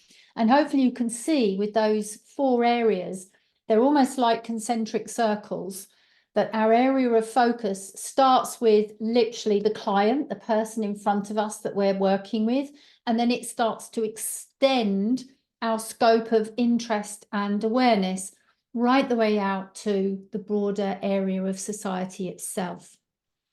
And then the last part is the pledge, is really where we are saying that we agree to abide by that code of ethics, and anyone on an ICF accredited training program, anyone that's a member of the ICF, and anyone that holds an ICF credential is bound by the ICF code of ethics. So hopefully that will help you to navigate that a little bit. But just to maybe spend a few moments rather, just looking at some thoughts around ethical practice and what sits underneath ethics. And I'd love again to hear any questions, observations, or comments that you might have. One of the places to look at with ethics is maybe what are our ethical roots? And the reason for this is because quite often ethical dilemmas can create disharmony. They can create arguments and discontent because one person has a different perspective to another. A little bit like the example I think Josh brought in earlier around the UAE. You know, we could have one situation where it's perfectly fine to have a free flow exchange of information, and then to someone else, their ethical roots tells them that actually, no, that's really wrong. And what can happen with ethical dilemmas is that they go to a place in our brain that is very emotive very quickly, and we start to have an emotional feeling about the situation rather than staying with the facts. And part of that is because our ethical platform is so closely related to our values that we were just looking at before. So very, very often when something arises that creates disharmony, creates disagreement in coaching, it's usually because it is touching into a value that someone holds. So these two things are really, really intertwined. A few thoughts then on things that could inform our ethical roots. I know that some of the words on that slide are a little bit tiny, but I'm not necessarily going to go through all of these. But our ethical platform that we, each of us as individuals, operate from has multiple roots. It really is like the multiple roots of a tree that go in to form that trunk, whether it's our family background, our values ourselves, the social groupings that we've grown up in or are in now, the socioeconomic contexts that we're in, what kind of education we had, what our gender is, what our sexuality is, what our identification is of ourselves, our age, our geography. I mean, there are multiple systems almost that we are all a part of that are feeding into the ethical platform that we are standing on. And some of that we will be very, very consciously aware of, and some of it will be buried in those roots and will only surface and come to the fore when there's some kind of an issue. But nonetheless, all of these things are feeding in every time some kind of ethical debate or dilemma surfaces. So when we have any kind of ethical challenge to think about, it really is very much around what perspective or filter are we putting on that situation. And it literally is like a pair of glasses. I face a particular situation and I look at it through my lenses. I put my glasses on, and my glasses are informed by all of my ethical roots, which may or may not be the same as somebody else's. And what happens when we have those ethical filters is that we get involved, our brain goes into a place of rationalizing. Because we believe that we're right, or we believe that things should be done a certain way, or that things should be a certain way, we start to rationalize behavior in order to justify that stance. It's human nature. And so already with ethics, we're having to really, really try to slow down that process and say, hold on a minute. Yes, that is my stance from everything I know and everything that I am, but what could be a different stance?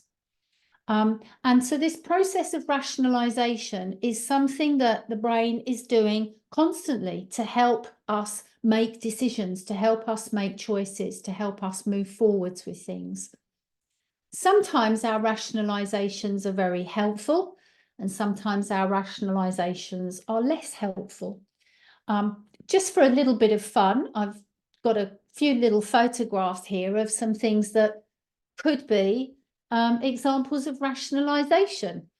So the person in the top left-hand corner who's desperately hugging all of their pints of beer at 11 o'clock the night before, when they were having a fantastic time, might have thought that was a really, really, really good idea to drink however many pints there are there. Or someone on a bike that's doing some kind of a trapeze across a high bridge over a motorway, at some point might have thought that was a really good idea to do that. And yet later on, they actually regret their decision. I don't know that it would ever be a good idea to have stupid tattooed on my forehead, but hey, you know, who knows? I don't know about in the US, but here in the UK, we actually now have a very popular program called Tattoo Fixers, which is specifically for people who have had very embarrassing tattoos done on vacation and when they were probably having too much alcohol or drugs in them, and then decided that their tattoo was something that they didn't really want to live with. So we're all capable of this, aren't we? I'm sure that we've all had situations where we've done something that absolutely felt like the right thing to do at the time, but with the wisdom of hindsight, with the benefit of hindsight, with the benefit of a good night's sleep or a bit of distance from it, we can look back and say, yeah, do you know what? That probably wasn't the most clever thing that I've ever done. So this is what can happen with rationalization. And so we're really wanting to make sure that we, as coaches, challenge the potential rationalizations that we might be making about a particular situation. Is it really wrong? Or is it just because it's not what I would do or what I believe to be the right thing? So just to explore that a little bit, I'd love to I'll just come off of the slides for a moment and just check in with you. As a coach, what kinds of rationalizations do you think you could come across, or that you could even find yourselves caught up in? What could be rationalized, do you think? I'll just say one that I dealt with frequently in my position leadership role, and it kind of changed as I got a little more seasoned. I could understand at 5 a.m. after someone had been working for 22 hours that why they swore at someone. Oh, you're tired. You've been in the operating room a long time. Yeah, they did something that they shouldn't have done. And then again, like 2 years in, I'm like, what am I talking about? Like, you just can't be treating people inappropriately no matter when you're working. But that's just like something I kind of rationalized because I'd been tired at times and been up for 36 hours and just kind of realized that your filter kind of gets softer as you go. And I found myself rationalizing very early in my career. Again, as I got more seasoned, I'm like, no, this is a standard we uphold across the board 24/7. Just one example for me. Yeah, thank you, Aaron. It's a great example. It's a great example. Fatigue can, the darker side of us can come out with fatigue, can't it? So absolutely. Thank you. Anything else? What other rationalizations might you come across, anyone? I think a frequent one in healthcare is that the person still delivers great outcomes, and we're sort of rationalizing, well, they're well intended, right? They're a good physician, and we minimize, the impact that they have, how they're showing up. I think that's probably one of the greatest rationalizations that we have to break with, that we let somebody who's clinically excellent get away with how they're showing up for the rest of the team and the impact that they're having. Yeah, absolutely. Thank you, Michaela. Anyone else? Perhaps maybe one of our mentors, our seasoned coaches, any rationalizations that you've noticed even within organizations perhaps at times? Oh, I'll offer mine is so the same with what Michaela has experienced is, well, that I've worked with that person, that couldn't be the same person. How they're showing up at work is not necessarily what they should be doing, right? How they treat you is very different to the way that they might be treating somebody else. I have a really hard time with folks that are, sort of bullying and harassing in the workplace. And so often we'll let that get in the way of what's actually showing up, right? Absolutely. Thank you, Pauline. Yeah, Ryan's comment reminded one of the very first situations where they tried to refer a client to me was the logic behind this individual who was absolutely their behavior was absolutely abusive to clients or to patients, to patients' parents. It was at a children's hospital. And the rationale was, do you know how hard, I mean, this person absolutely should not be working with other human beings with the way their behavior was manifesting. And they said, do you know how hard it is to get a pediatric thoracic surgeon? And that was the logic for allowing this behavior to continue and not address it directly, try to pawn it off on a coach to tell them that they were behaving badly, etc. Nobody wanted to approach the person, but the rationale was, this is an incredibly difficult specialty to replace. Interesting thing is I coached the chief medical officer who made that assertion, and 6 months later they said, I would rather shut a specialty down than have somebody like that be abusive to our patients. So that coaching was successful. Yeah, interesting. Thank you, Dan. And I can see a few things coming into the chat here, which is great. It's a safety issue as a rationalization when it may not be really. Culture, they're good people, their family, the system, e.g. the culture or the expectations are to blame, not me. It's hard to recruit, so we don't want to address the behavioral issue. So I mean, there's all sorts of different things that can be rationalized, aren't there? And it could be us that's doing the rationalization. It could be the client or the sponsor, or it could be a cultural rationalization. The key thing here is back to intentionality again. How we consistently demonstrate ethical practice is by consistently checking in with our own biases and our own rationalizations. Am I being really clean here with my thinking, or am I being drawn because of X, Y, or Z? So that we know that our part in it is as ethical and as clean as we possibly can make it. A few more thoughts. I just go back to the slides and share a couple of other thoughts with you. These are just some typical examples of rationalizations. We've heard a couple of them already that you've been sharing.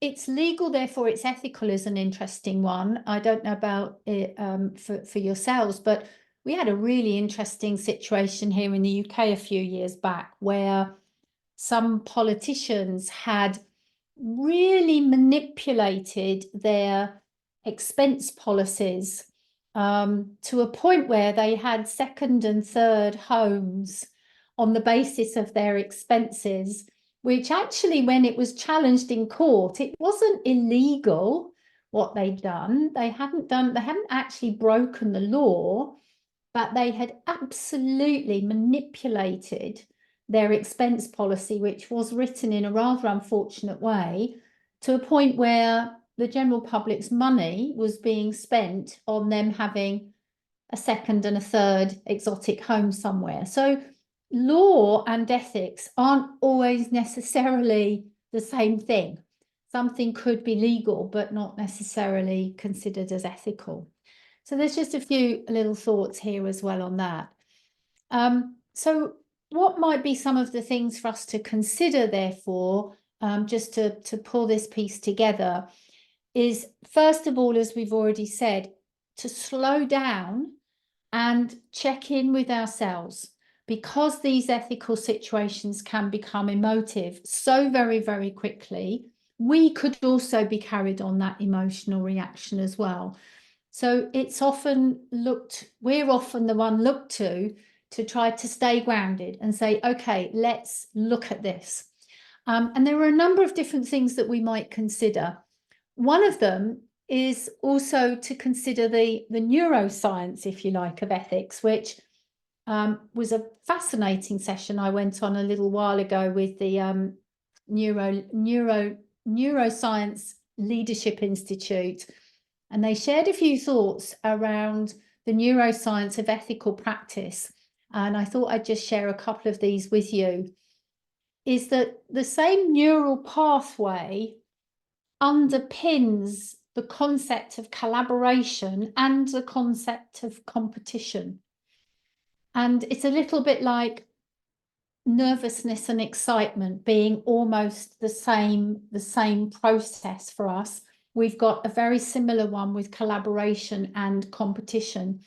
And so that could also then create a very natural tension between how much we want to partner with someone and how much we would want to compete with them and therefore be at odds with them, which of course in an ethical quandary could be quite significant. We know that things like empathy can increase ethical behavior through similarity. So because we know someone and have empathy and respect for them, we want to do right by them. We want to therefore be more ethical because of the empathy and respect that we have. However, there is another side to that coin, because our empathy for one person or one group could lead us to be less ethical with someone else. So you've got this concept of in-group and out-group, where we collude, we find our collusion coming in a little bit, where we feel more ethically aligned with one person or one group than another. And that could draw us a little bit. We know things like dopamine can increase unethical behavior. For example, and if we do link this to law and to crime, many, if not most, crimes are committed when there is a high level of dopamine in someone's system, due to drugs or alcohol or whatever else they're indulging. So we're more likely to be unethical when we've got these higher levels of dopamine running through the system. And we know there is this neurological link between our ethical behavior and our values, if you like, the value system that we operate from. And finally, the one that's really important, and I guess is why we're here, is that research categorically shows that those people who take time to think about and work through an ethical situation are more likely to operate ethically as a result of that stepping back and analysing and trying to think about the situation, rather than getting caught into the knee-jerk reaction that can happen many, many times. And the last thing I wanted to share with you, which is actually in the book, if you want to have a look at that and keep a copy of it, is, and it's the last thing I'll share before I think we're coming up to time for a break, is decision making. And we could draw upon all sorts of things like human rights, fairness, etc. for decision making.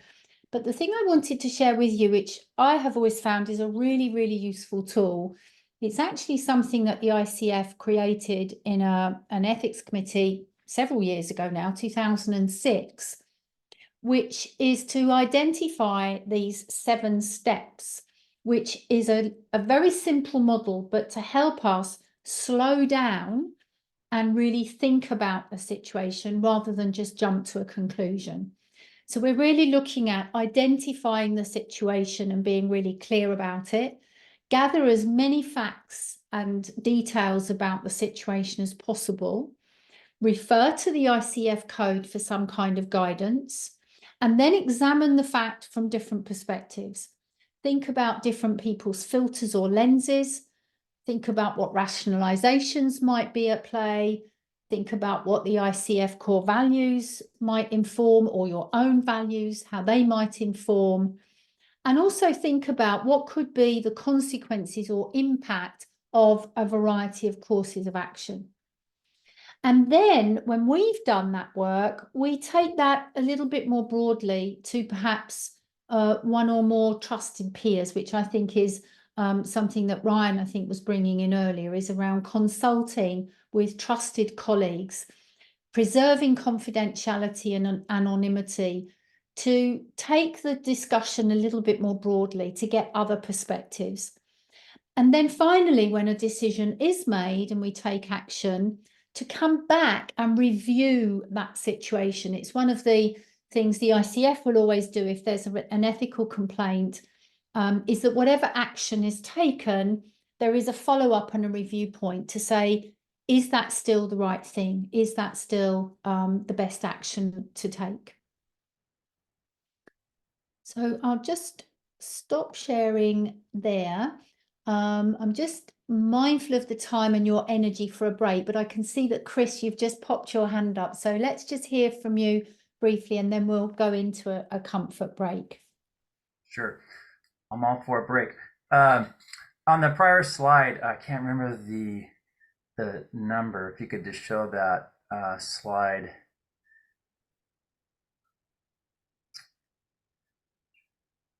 Yeah. What do you do when number 5 is what the actual behavior that's at question? It's a little bit of a circular problem here. It's like you have a question around the confidentiality of a situation, but yet we're saying we need to review this with other people. Isn't that a little bit circular? I mean, how do you grapple with that situation? Yeah, I guess it's discussing confidentiality confidentially.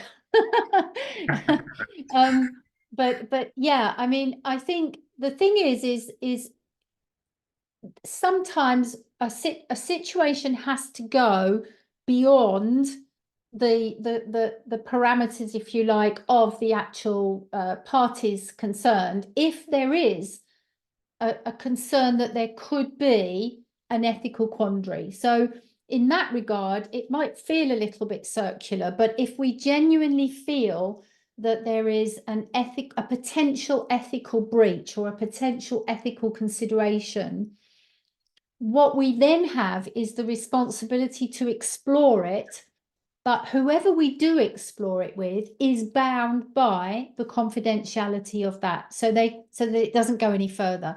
So you're right, in a way, you are expanding the ring of confidentiality, but you're trying to do it in a way that is limiting the number of people involved. Yeah, I see Mo. I like what he said there, hypothetically speaking. Yeah, thank you. I mean, Thank also you. remember that you are, when you're part of an engagement, let's say, and there's other coaches in the engagement with the same organization, you are all under a confidentiality umbrella, right? And the opportunity to be able to engage with your other coaches of saying, I'm dealing with the following situation. And you talk about the situation, and that's, I think, what Pauline was referring to is the what. So it's a situation, and we end up coaching the situations, right? I don't want to know who it is. I don't. All I care about is what is the situations that giving you pause, And then how do we really work through that?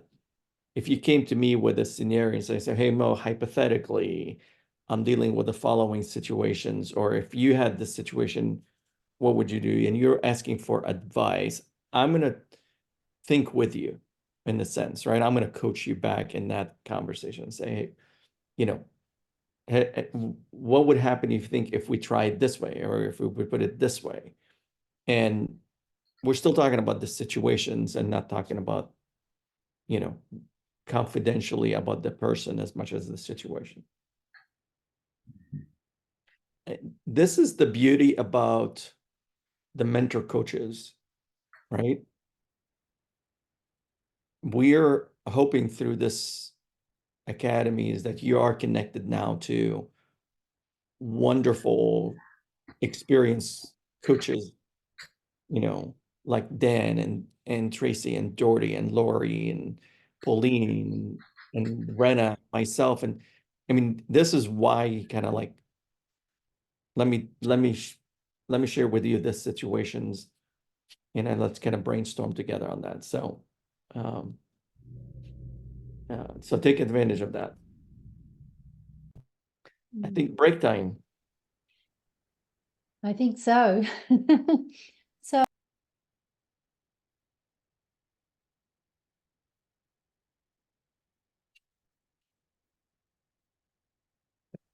Tracy, I'm sure I speak for everyone.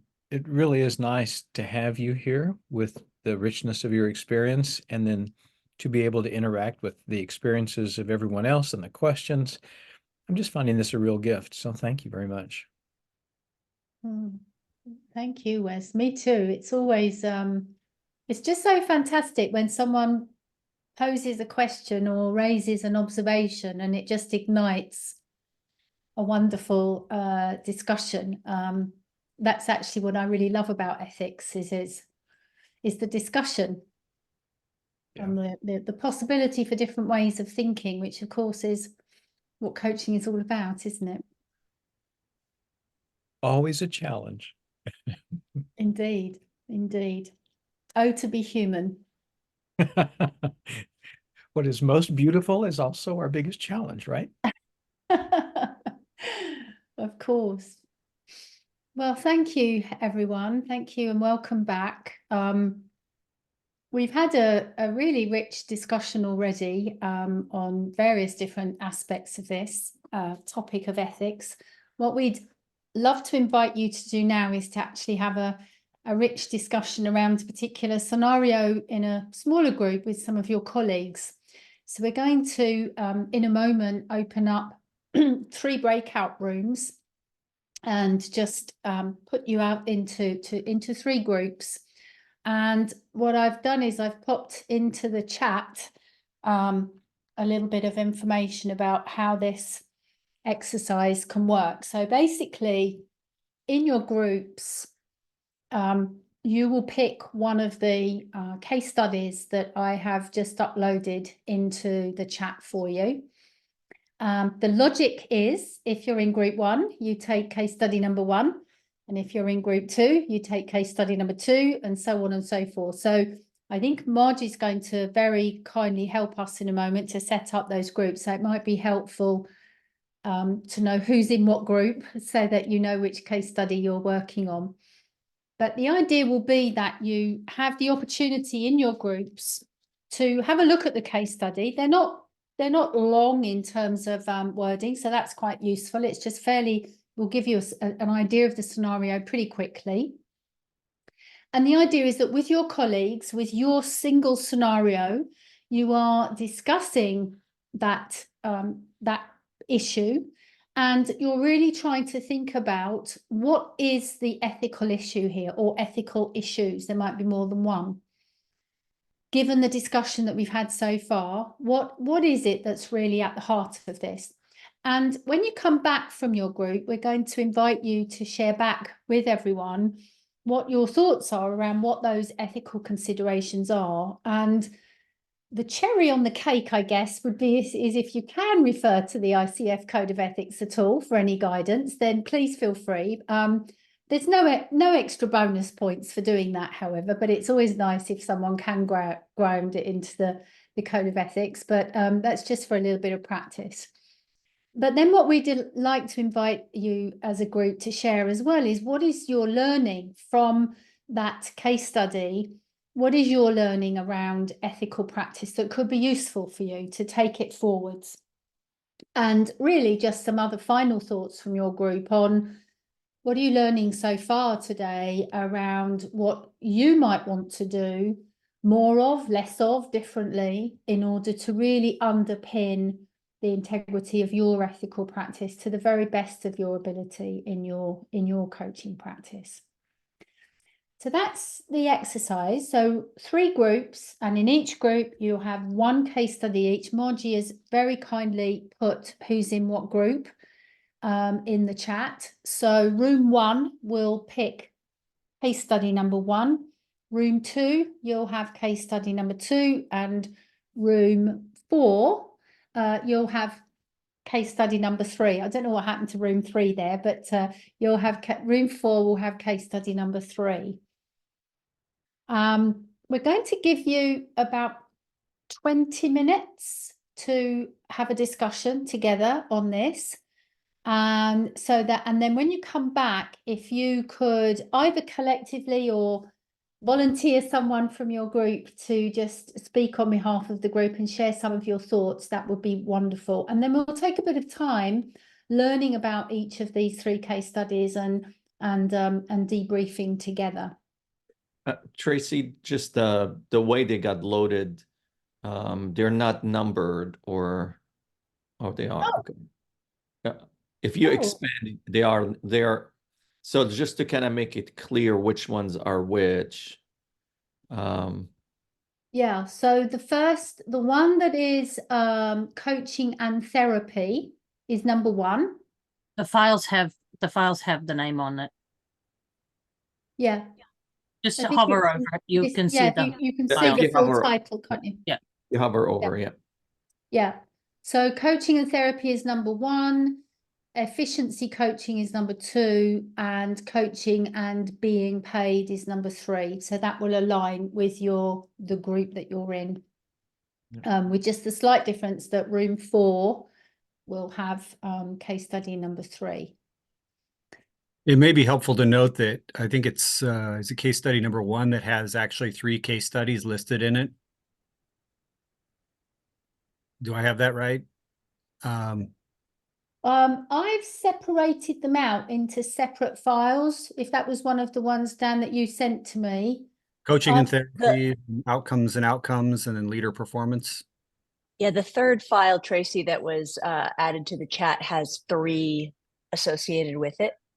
Coaching and therapy, outcomes, and leader performance. Oh, that's odd, isn't it? Well, so whoever is in group 1 should do coaching and therapy. Whoever is in group 2 should do efficiency coaching. And group 3 is coaching and being paid by the client. Is that one called leader performance? No, they're 3 separate files. So Margie, out of the file that has coaching and therapy in it, she's just saying just disregard the 2 additional slides, outcomes and leader performance, I think, right?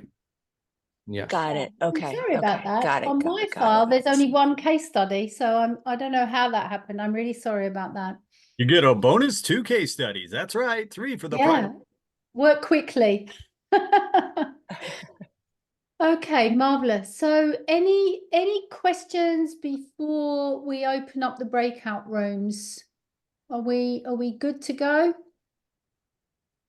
Okay, marvelous. Well, enjoy your conversation and looking forward to hearing your thoughts in a few minutes, 20 minutes from now.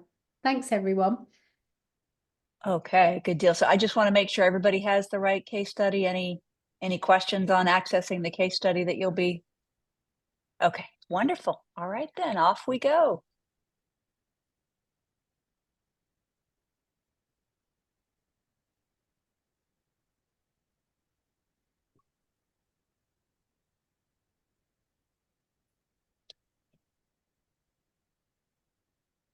Oh, sorry, I was a couple minutes coming late coming back. Am I supposed to be in a breakout or? Yeah, hang on a second. Dr. Kern, I'll get you in one real quick. Let's Thanks, see Marty. where. Okay, here we Yeah. go. Yeah, no problem. All right, there you are.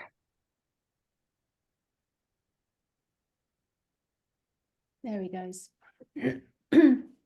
Okay, so we had more coaches than we have room today. So you are the big winners that get a break. Hopefully, you've had a bit of time to discuss some of these case studies. We've got a little bit of time to debrief each of them. I'm sure there's some really rich learning in them, and then we can transition into a little bit more open space where we can talk about some other ethical questions that you might have or other considerations. But let's spend a little bit of time looking at this at these case studies. So just to help connect us with them as a whole, I'm just going to share the screen for ethical case study number 1, which is what the first group had. And so we have a case study here, which is where you, as the coach, are confronted with the following situation. So you've been coaching Dr. Samerjan for about 2 weeks. You feel like she is making noteworthy progress and she expresses her gratitude. In your 3rd session with her, she expresses that she has recently had bouts of anxiety, including waking up in a cold sweat and feeling disoriented. You pose the idea that a mental health professional might be useful, but she becomes quite agitated and says, "No, I only trust you to help me with this." As the session progresses, she continues to seem anxious and even slightly worse. At one point, she says, "Please don't tell anyone. I need this job, and I'm afraid if I am referred to mental health, it'll ruin everything." After that, she refuses to discuss the issue further. So I'm just stop sharing so that we can actually connect with each other. I think in room 1 we had Amanda, Elizabeth, Laurie, Ryan. Don't know who else. Might have been someone else in that group. We'd love to hear your thoughts. What were you thinking were the key ethical issues here? Yep, Ryan here. I'll step forward on this one. Go ahead. Good afternoon, everyone, or good morning still on the West Coast. So we identified the ethical dilemma is really around, clearly there's anxiety is a large component and maybe a primary component, at least that's what we've seen so far. And the client may be seeing the coach in a role that's not the coach's role. The client may need a therapist or a psychiatrist, a counselor, etc. And this may be out of the scope of the client coaching relationship. And there's also kind of ethical, can the coach continue in this relationship with at least what they've identified so far? And so when we went into, I think, kind of steps moving forward, ethical framework, number 1, I'll just start with the client says something to the extent of, "Please do not tell anyone this," or "That's not," I don't have the exact verbiage in front of me, but please keep this confidential. And we obviously referenced number 5 in the ethical framework, maintains confidentiality with client information per the stakeholder agreement and pertinent laws. And, just again, this is where context of the discussion is so complicated. And at least I brought up the example of during COVID, I was waking up at 3 a.m., couldn't sleep because I'm just thinking about all the problems. And that's somewhere where the context relationship, I mean, are good discussions happening where you can identify work that you'll keep doing together and that maybe this is a statement that just came forward, or is this a bigger issue? But obviously confidentiality would be critical, and that was ethical framework number 1. And then other things we got into with identifying this, it feels like there's a crucial conversation about at least what you as the coach have identified around what is the scope? What did we negotiate, or what was part of the contract that we agreed we would be working forward? And do we need to, if you will, limit the contract to, can we find a place to work together? Is there work that we can progress, or really is this anxiety or whatever is the client is struggling with such a complicated issue, they really do need a psychologist. And then we got into 6 and 7, which is what we obviously talked about here. Maintain the distinction between coaching, consulting, psychotherapy, and other support professions. We need to be very clear on what our role is. And again, that's where it goes back to the contract. We need to be clear, we are coaches and we are not psychologists. And then, as again, I think everyone's aware, number 7 would be refer clients to other support professionals as appropriate. So those are the 3 numbers that we identified. And that obviously we think it would be important to identify this to the client, that here is what we have identified, and this is our role as a coach. And this is what we think is a critical role that you're struggling with, and this is out of our scope. I'll stop there and see if I missed anything. Obviously, there's more dialogue, but hopefully try to confine it to that. One thing I'll add that we talked about briefly is I think there's a little bit of medical legal risk if you're a physician coach in this situation, because if this is B symptoms of their lymphoma that's undiagnosed, and you're not sort of documenting that you referred them on, you could be at some risk in your physician role. And this is where having some kind of documentation and maybe communication to them directly that you're recommending they get, medical evaluation for this, I think might be critical. Yeah, interesting. So the symptoms might appear to be mental health related, but actually they could be physiologically related. And as a physician, you may have knowledge around that. Any other thoughts, either from your group or anyone else who's reflecting on this one? Michaela? I thought this was a very tough scenario. My mind went to concerns around impairment and the person actually being able to do their job, and that additional ethical dilemma in terms of the medical staff. I was curious, and maybe I missed that in your report out, but I was curious what the discussion was around that. I think Josh, just loosely connected Michaela, and Josh, please correct me, I don't mean to speak for you, but we did bring up, is there a medical, again, I'll say, is there alcohol? Is there lymphoma? Is there something medically going on here? Again, Michaela, I think you're bringing up, unless I'm missing it, is the anxiety so bad that it could be impairing her from practice? Again, I think that was the challenging part with this scenario. At least I think we probably all uniformly, in such a brief scenario, hopefully we'd have more opportunity to explore that with us, to get to more, again, is this anxiety they're just voicing, or is this really bad anxiety? Or again, do we think there could be alcohol impairment going on? And so I think we talked about it in such a limited scenario. It was really difficult to delve into it, but we did identify, where would this conversation go? And we get to a place where we actually say, we do not think we can agreed, no one to hold, no one to walk away. This may be a scenario that if they don't, if we really think the anxiety is such that we cannot provide them the support they need, this may be a contract maybe we need to walk away from, because it just isn't going to go anywhere. And I didn't mean to say contract, client. I'm sorry. I was thinking of the contract, but client. Thank you, Ryan. And Michaela, we did talk a little bit about, if, let's say they did talk about, I'm having to drink at work because I'm so stressed, then what do we do with that information? And does the confidentiality agreement supersede our professional responsibility to do that? And especially if we're internal coaches, our employment and having that knowledge. And I don't have the answers. None of us really have those answers, but maybe some of our master coaches have the answer for that. I think one of the other things that came up in this conversation is that each of you were talking about kind of that trigger of, could there be something medical going on, and almost, wanting to put your physician hat on and start to ask diagnosing questions. And so we talked a lot about that as well. It's kind of like that balance of, what role are we in this particular situation? So the coach role. It's a really good point, Laurie, that you're bringing in here, because you happen to have potentially that medical knowledge, but another coach, let's say an external coach coming in, wouldn't necessarily have that medical knowledge to even know what any of that diagnosis could even be. So we're having to almost think about it from that place as well, of what would the ethical thing be to do, even without any medical background or knowledge.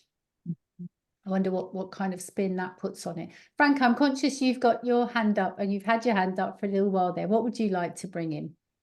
Look, I was aligned with Lori's comment. I was struck in the conversation how quickly, and I do the same thing, we as physicians jump to that diagnosis mode. And from my learning from this case is, man, I have to be really mindful of that, and not be physician mode, not be diagnosis mode during these coaching conversations. That was that's pretty insightful for me.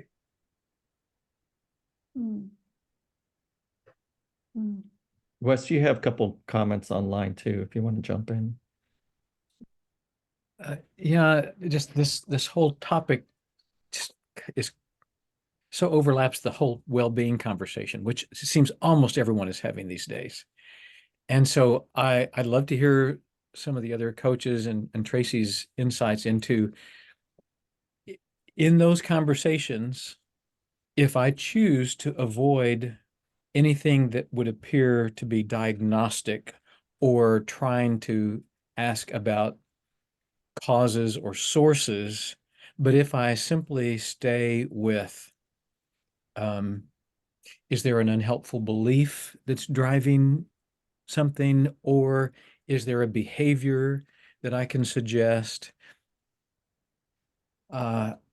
Is that staying within the coaching realm and not crossing any boundaries?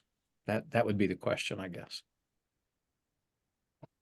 Yeah, going into a space of and I'm building on what Wes is saying of what would it be like to manage this situation in a way that addressed all of the concerns related to your practice, related to confidentiality, safety, and trying to co-create a space where the client can do that. Because you may create a space where they do seek referral to a therapist and they engage that relationship. And then they bring that, whatever additional insight, tools, etc., that they get in that relationship to the coaching relationship. So you may find yourself where you are trading spaces with someone that you don't talk to, a therapist or a psychologist or whatever. Just always remember what you are there to serve. Take the physician hat off if you have to, but recognize what you're there to serve and what questions that informs you. This goes back to our questioning. What are you most curious about in service to your client's needs? And if you see some critical needs that surface out of this, such as substance abuse, etc., then what is it that you create by way of a space for the client to self-report? Mm-hmm. And if they're not willing to do that, then absolutely, as Ryan said, you really have to consider whether this is a relationship that you can be in. It's really fascinating what Dan's bringing in here around self-reporting, because at the end of the day, we want to keep our client at choice wherever possible. We want to keep our client empowered and able to own their own choices and decisions. So it's really important that we do whatever we can initially to partner with them so that they make their own choice around their well-being. And if that means disclosing something that they're living with and experiencing, or if that means seeking the support of another professional, that they feel that they have made that choice themselves. And this is where that tension between confidentiality and ethics, another element of ethics of reporting, can come in, is what if that person, as in this case study, refuses to speak about it anymore? But that, whatever the reason is, whatever the source of the anxiety is, whether it's physical, emotional, psychological, whatever it is, if that situation starts to concern you about their safety for themselves or their safety in their role of others, with others, that's then when we may have reason to think about having to flag up that we might have to breach that confidentiality. So it's not necessarily only walking away and saying, I can't work with you if you're continuing with this.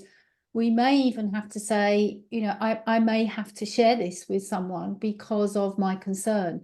And once again, it's not that we're wanting to be whistleblowers, of course. We're partnering with the client, but ultimately, one of the breaches of confidentiality is safety to self or others. And that's then when the duty of care element of the confidentiality might also kick in. Interesting tensions. Anything else on this one before we look at the second case study?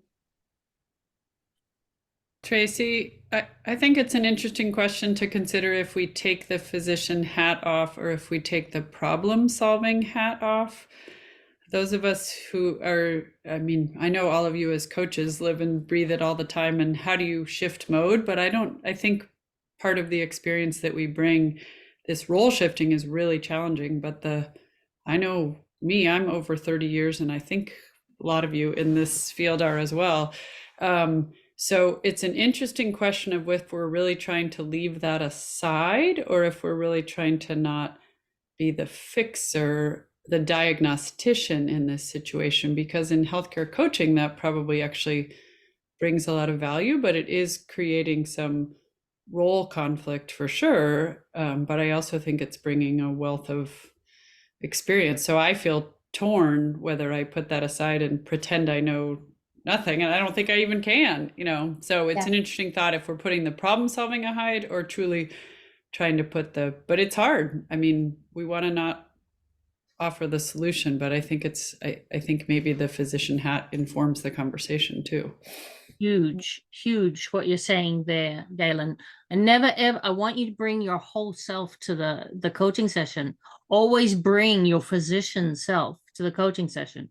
The objective is to be really transparent about it and invite the conversation. Okay, what is the actual problem that I'm solving here? And am I solving the physician problem, or am I solving the coach's problem, or am I solving what else exists? Right. This is going back to the beginning when I said coaching in our academy here is a continuum, right? It's not, we are not going to take kind of the aspect of a coach does this and only this. It's you're going to go on the spectrum. And if on the spectrum, we feel that being a physician is what's going to serve, then we're going to go there. It's not an either or conversation. It's just a dial up and dial down, because, you know, Galen, you may finally come across to me by saying, look, I care about you as a person. And if you were in my care, this is what I would advise you.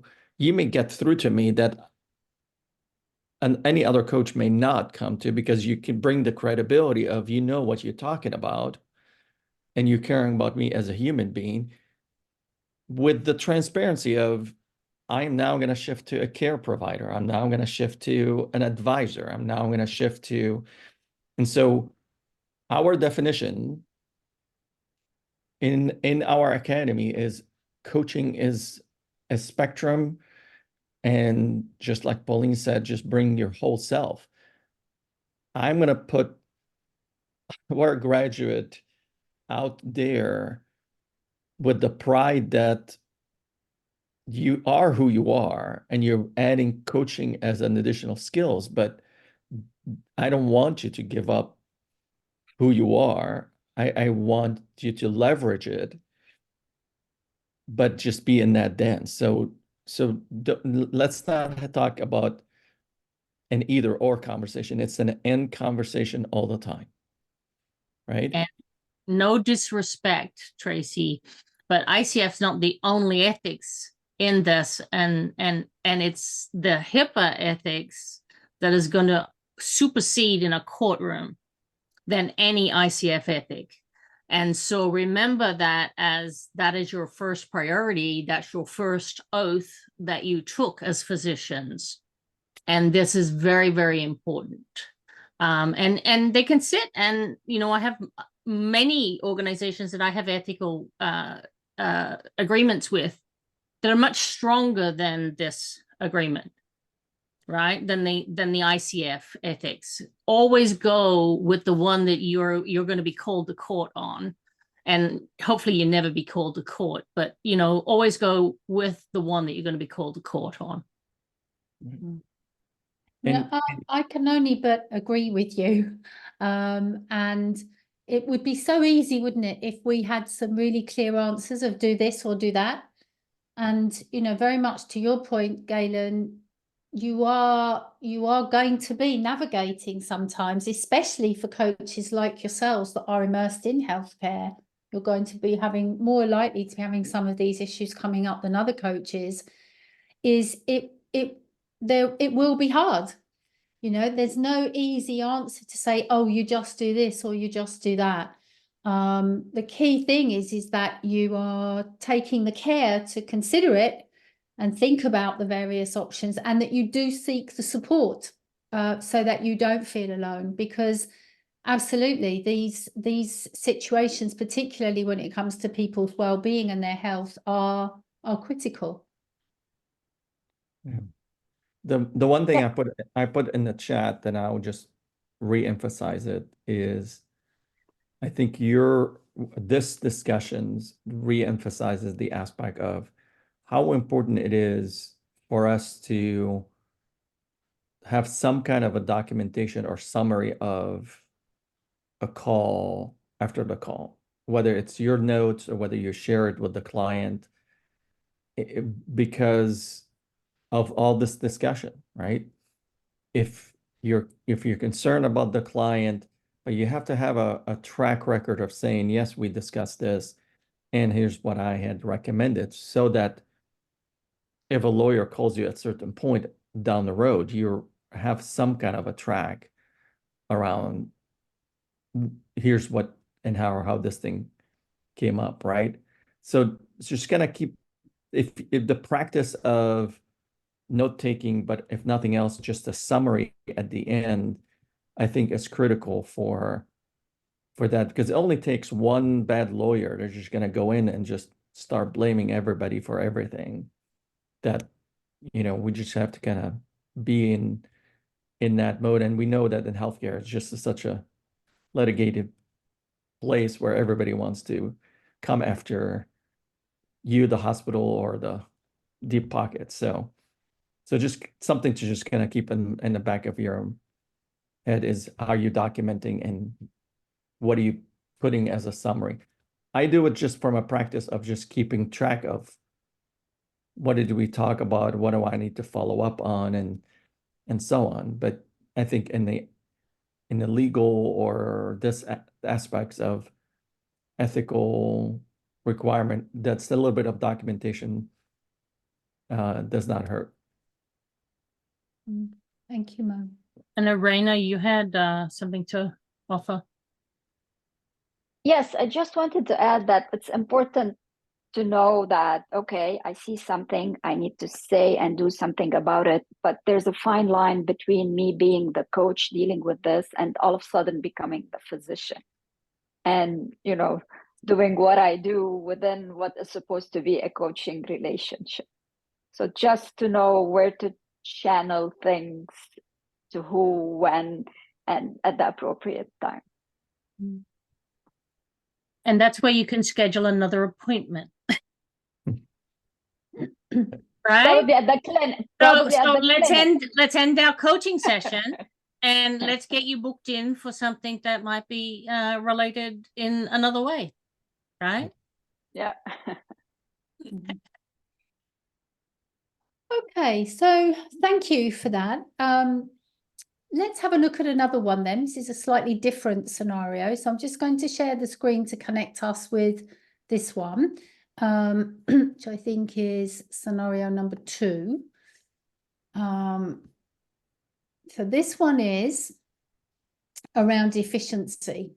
So your client, who's the chair of a department, asked you to coach one of the physicians about their inefficiency with patients. They spend way too much time with their patients, you were told. You meet with the physician, who is now your client, who is frustrated with the unrealistically high expectations for how little time should be spent in conversation with patients. They want me to treat patients as a herd, moving them fast like a cowboy. What would you say if you were the patient or your family was my patient? This hit you in the gut, feeling uncomfortable by the appropriateness of the comment and the impact of it being said about the issue.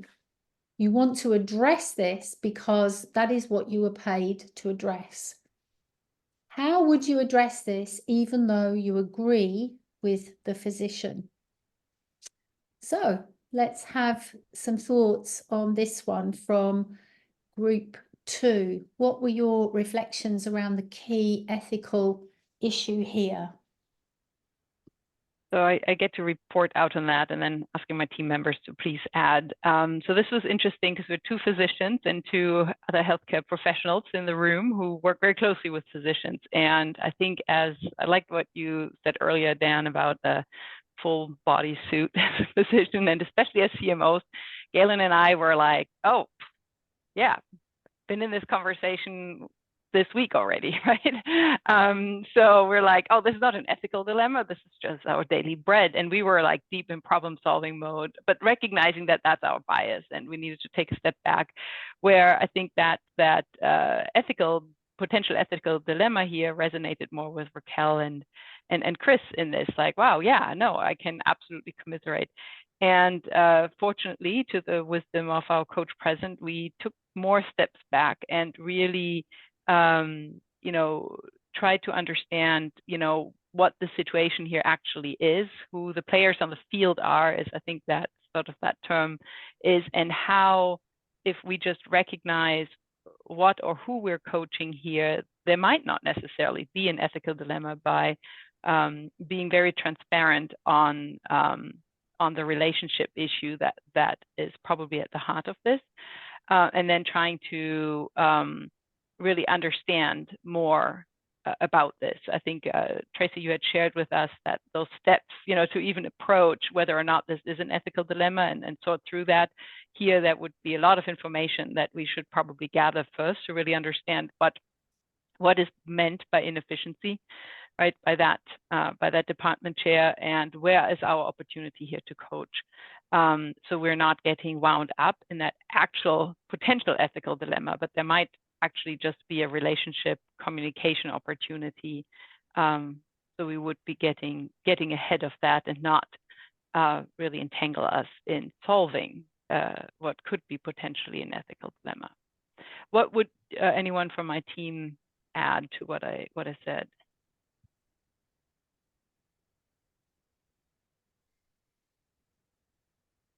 Yeah, that was well said. I mean, I guess, I initially did not think of it as an ethical dilemma, either or. I thought that needed to be, we need input from the client on whether that felt like an ethical dilemma. So I was kind of on the fence on that initially, but I like the direction the conversation went in terms of you need to get into this is a relationship issue and need to set expectations and so on.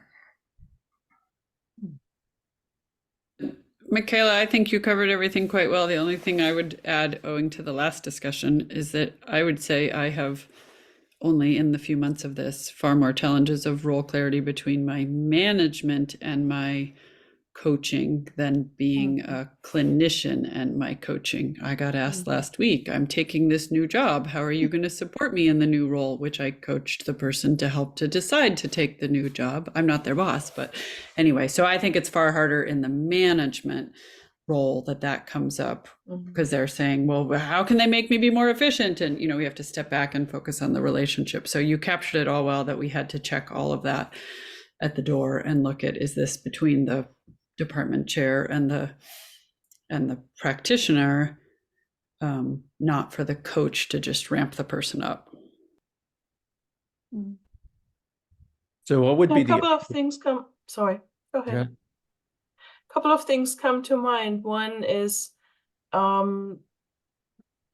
helping a client in a coaching relationship understand that that the concept of moral injury, of knowing what would be great to do but not being able to do so for the patient, and bringing that back to a conversation about, can values for care and expectations for efficiency coexist peacefully? From the kind of sponsor perspective, the chair who's asking that this physician be coached, I would try to establish a little bit more tangible signs of inefficiency.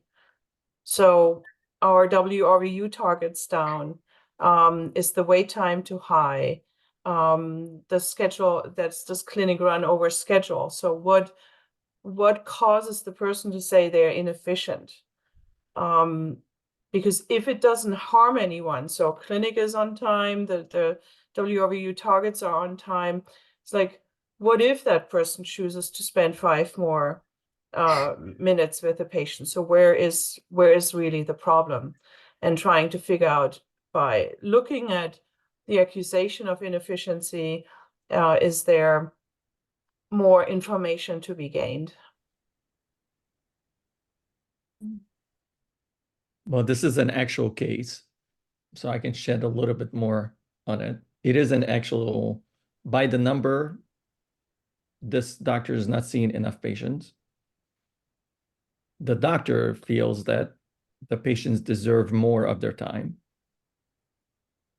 So both parties have a justification and rationalization of what this looked like. The chair thinks that this physician ought to be more efficient.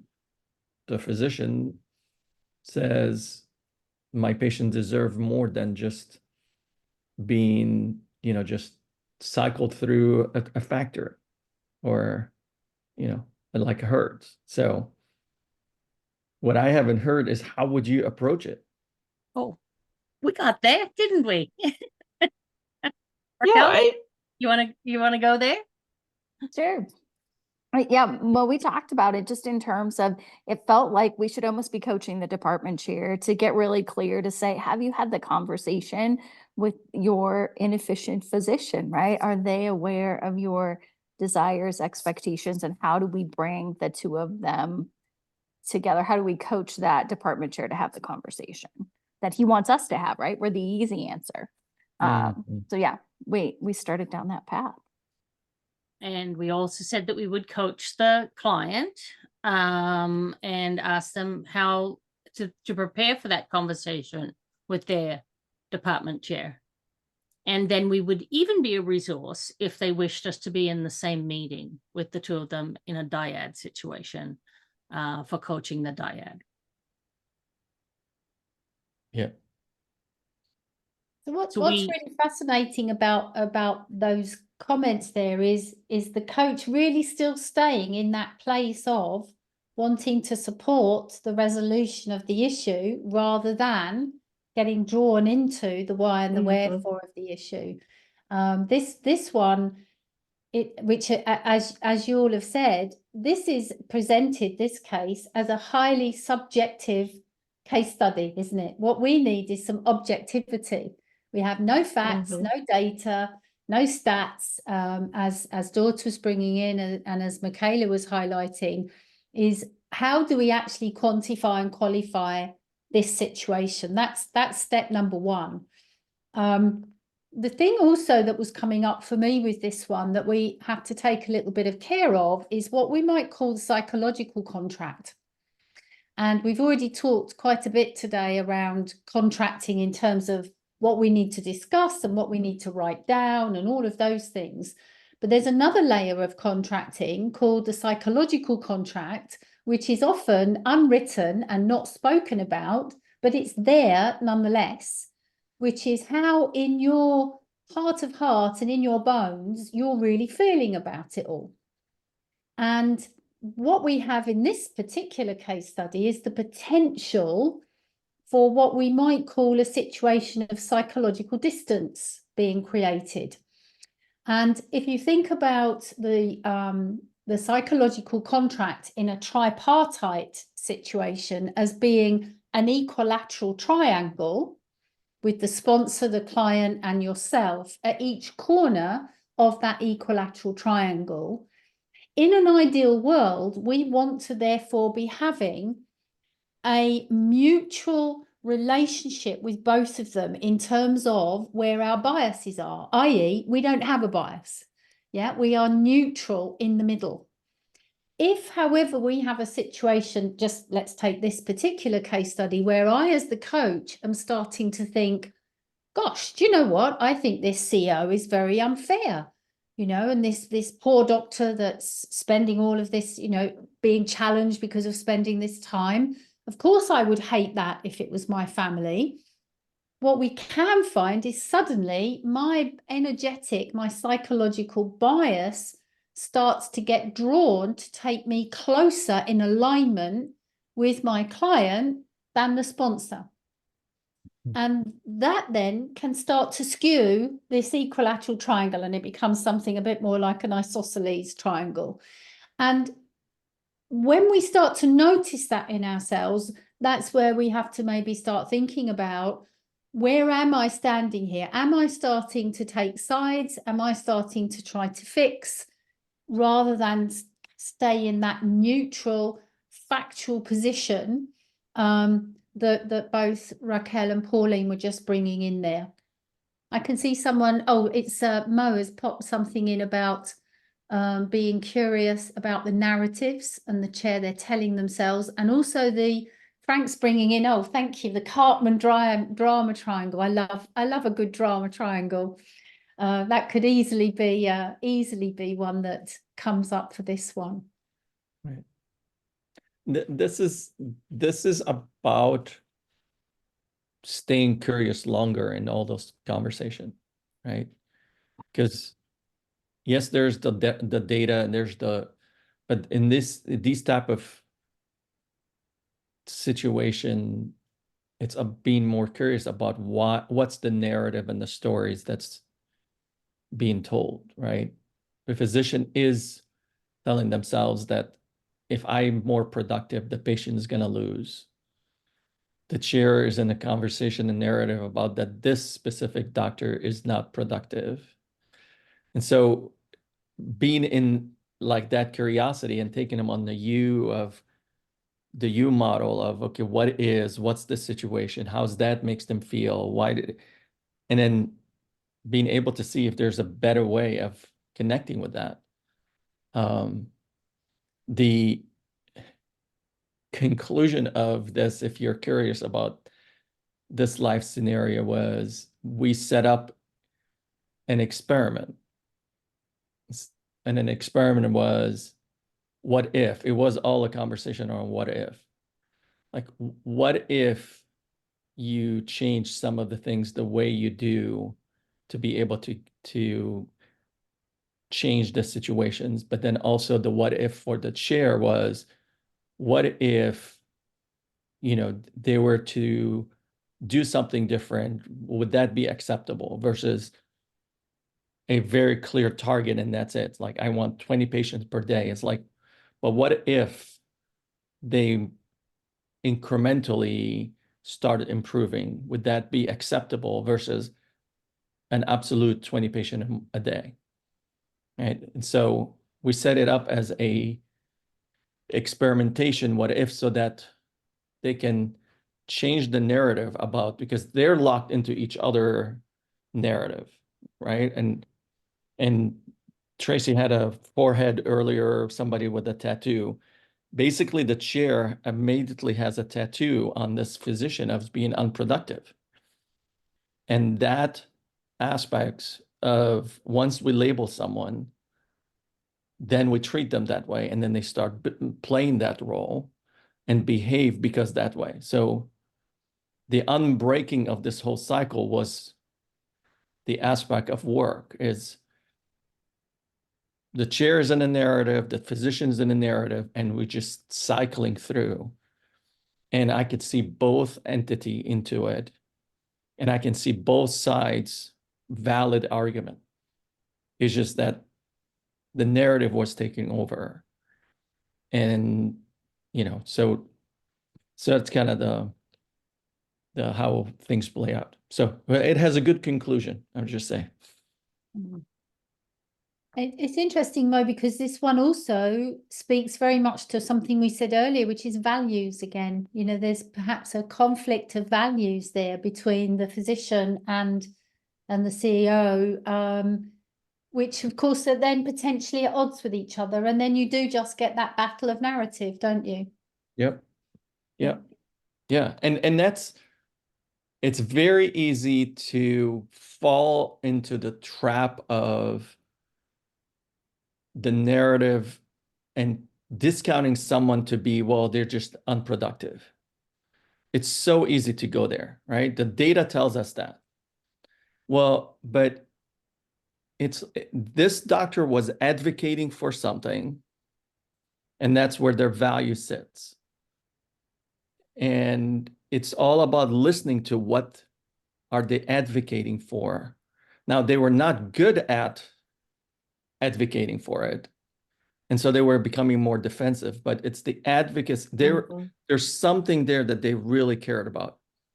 And I would appreciate if I have their patients, like they're advocating for giving me the attention, but they're in a production-driven aspect is how do we continue to listen and not labels like, well, they're just unproductive and don't want to play around that. But it's like, no, there's something that they're advocating for, and what's their value, and how do I connect with that? I remember having several of these scenarios as cases, and the value angle is exactly how we got out of that dilemma to really investigate, is it really objectively time spent with a patient that the physician values the most? Or is there something else in the quality of that interaction that can replace some of the time spent and therefore not be in contradiction with efficiency goals? So what about the visit is a high quality visit for that physician that is maybe not related to the extra 5 minutes? Thank you. Well, let's have a look then at the third and final case study. So I'll just share the screen for that one. So for this one, we have, this is called coaching and being paid by clients. So you are coaching the CEO and his direct report. The direct report shares with you a situation they had with their boss that makes them uncomfortable, even though they're married. Nothing physical happened. Their boss is the client that retained you and paying your invoices for both coaching assignments. There is a lot more potential business coming your way. What would you do? Would you say something to the CEO or let it be, since nothing really happened? So let's hear from group 3. What were your reflections on the key ethical issues here? If I could speak to that, I was very concerned that it was not my decision as a coach to report to the CEO, but I had to recognize that the situation could affect the coaching dynamic and could result some transference. But you would have a scenario in this situation where you needed to communicate with that client, the the direct report when it was first indicated that the CEO was engaging in some untoward, inappropriate behavior. So we had to be prepared for that conversation. It was also interesting to hear from Mo that this is a real scenario and not an uncommon scenario that you might have potential conflict of interest between two individuals you're coaching. So we explored that more. Perhaps the other team members can speak to that. Thank you, Danny. Other thoughts? We had Leah, Frank, and Rihanna in that group. Any further reflection?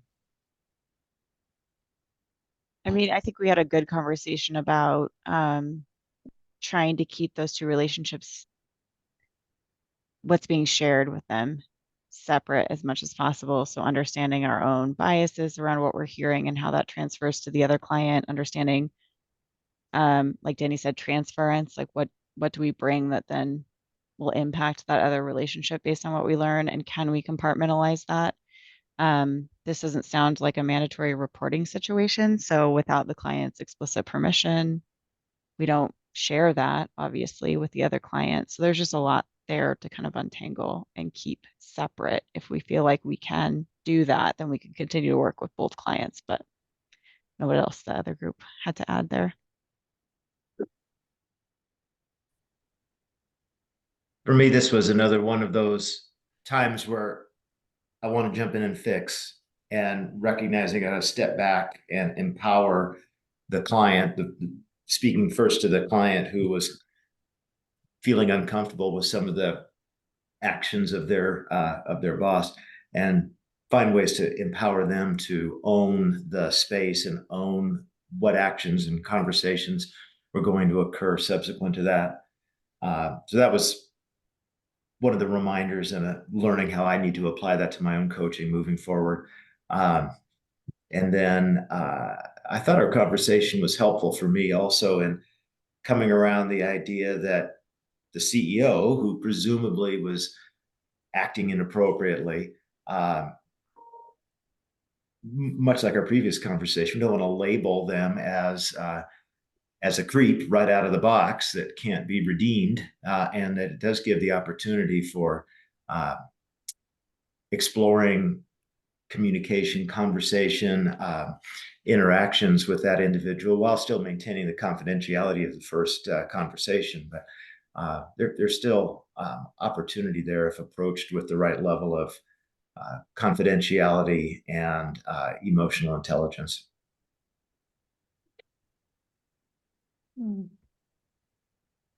This one is also equally nebulous in a way, isn't it? Because what makes one person feel uncomfortable may not make another person feel uncomfortable, and we don't actually even know what it was. So there's a lot of subjectivity in this at the moment, isn't there, without us actually really knowing any kind of facts. I think that's what stood out to me, this juxtaposition of nothing really happened statement in the scenario, and the person felt uncomfortable, and really staying with that goal of empowering a client to resolve issues or sense of discomfort by exploring that more than what actually happened. So to not find oneself in the role of judge, is this, in a legal world that makes us think there is such a thing as black and white, one is over the line, to not even go there, but to say, what about it? How would you resolve it? And not even take that as an indication of something inappropriate happened, without negating that's how the client felt, obviously. This is so important from also checking ourselves and being judge versus being the coach. And this is where it hits on our also value. But the reason I chose this case is because also it's a great way to remind ourselves is that when we hear a story, we're hearing one side of a story, which is the client. That's your entry, and so we are automatically biased into understanding the rest of the story because we don't know the rest of the story, right? So us as coaches, when we're just one-on-one with, and I'm just gonna pick on Leah just because she's on my screen. If Leah is telling me the story and I'm working with her, right?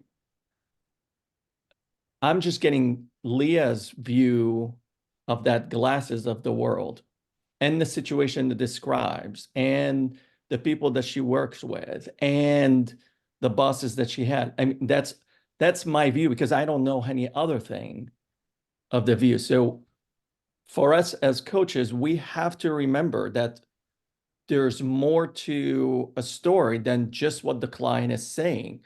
Yes, we are to advocate for the client, but also the you is all about we need to hold a different space also of that there's more to the story than the story that they're telling themselves. Does that make sense?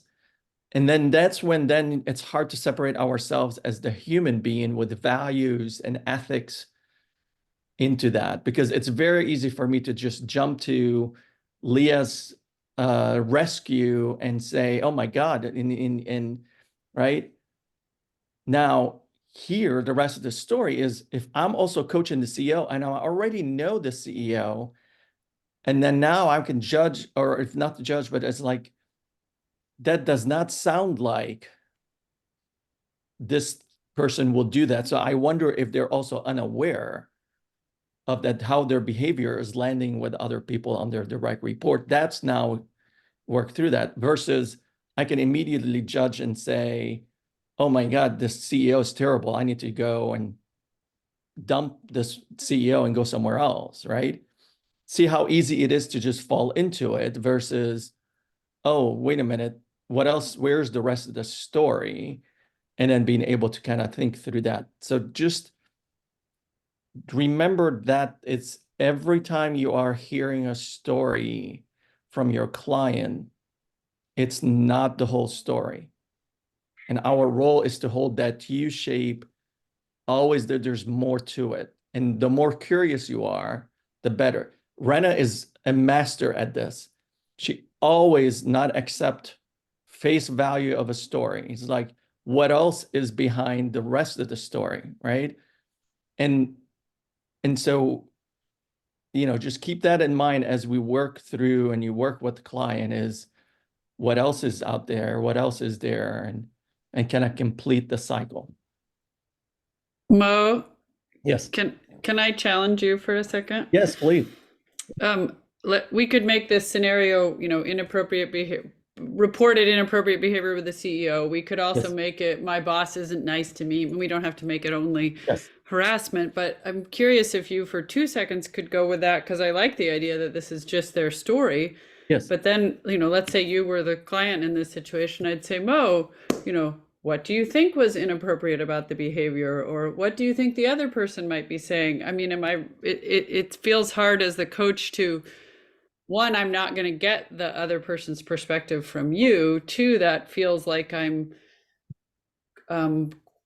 bringing the skeptic in a bit, like, you know, what about your boss felt like they didn't trust you? So I'm wondering how you elicit that other story from your client. We're not detectives, right? I mean, to go to everybody else in this scenario. So I challenge you to say, how do you get that from the person who's feeling threatened, put upon, uncomfortable, any of that, when their narrative is what you're coaching? Yeah. Well, I do have an answer, but I see my other coaches, colleagues smiling as you were asking that. So anybody wants to jump in? I'm gonna call on Lori. Yeah.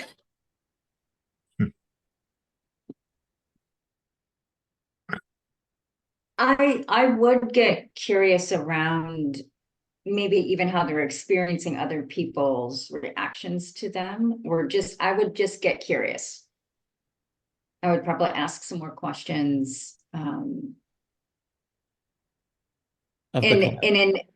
in a scenario for me, because of my 30 some years of HR experience, I would probably be coming in with some other thoughts and experiences and biases that I would really need to be aware of as I'm coaching around this.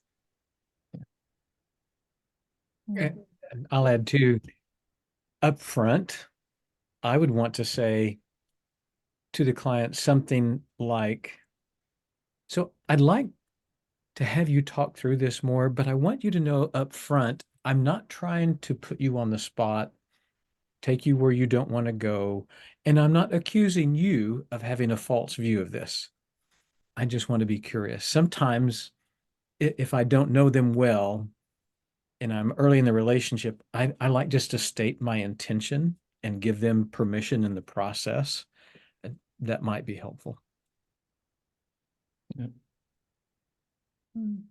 And normally would put a plus on the opportunity for them to view themselves outside of the story.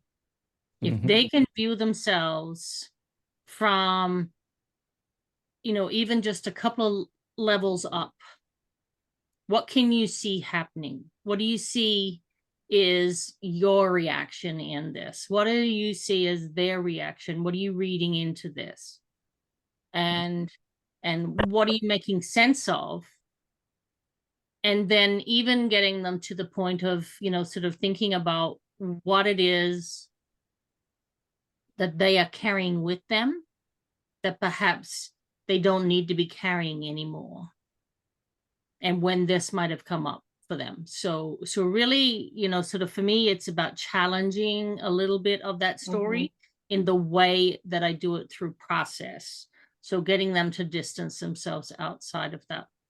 Yeah, Go that ahead. really resonates with me as a technique that I would describe, and I introduced early on this exercise of stepping out on the balcony, looking from above, shifting perspectives, describing what's observable without the ascription of or subscription of intent. And then almost, if that goes well, going so far as to say, why would a reasonable person behave this way? What other options are there in the intent of this person? What are they trying to maybe accomplish, and how does it land on you because of who you are, your history, your perceptions? Yeah. And just stretching on that, Doherty, I would actually get them to look at themselves, not them. So what is it like? They have a perception of you. What do you think is showing up? What behaviors do you hold that might be giving them that perception? So what's going on for you, rather than what they're, even judging from their viewpoint, even trying to say what they're seeing, come right back to the individual. What's going on for them? What are they doing? Oh, I'm really messing with this person on this other side. I always interject there, or I do. Hello, what's going on? Yeah, I think you got a great view of that. I would add to all the approach is, first and foremost, I'm going to be in an empathy mode with my client, where I am first and foremost, I'm not going to ask, why are you feeling that way?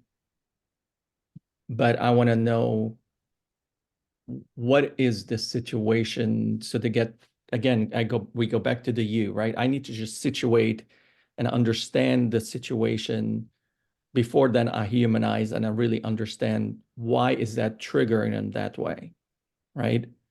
because there's this situation, and that's when you're on the balcony and you're trying to kind of see the various players. Then I need to understand the them into the scenario of, and why is that landing that way for them, right? Head, then heart conversation, right? Because we may find out that they're in some similar situation, they're being triggered by, and I'm not saying who's at fault here. I'm here to serve the client, and the client found themselves uncomfortable.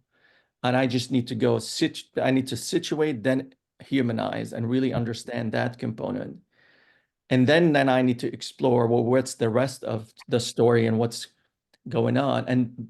And I can tell you that then will lead into, is this the right environment for them? Is this the, is this the right person to work with? Is there more to the story than the way they are, so it led into further conversation in that, but that's kind of how I would,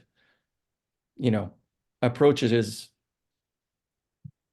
not ask why, definitely not, but I'm just going to be in total empathy. And now it's, let's rewind and show me the video again, and then just analyze it, right?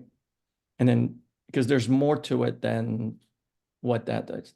What serves me a lot in the coaching is always remembering that there's what we see, and then there's this what we don't see, kind of like that iceberg.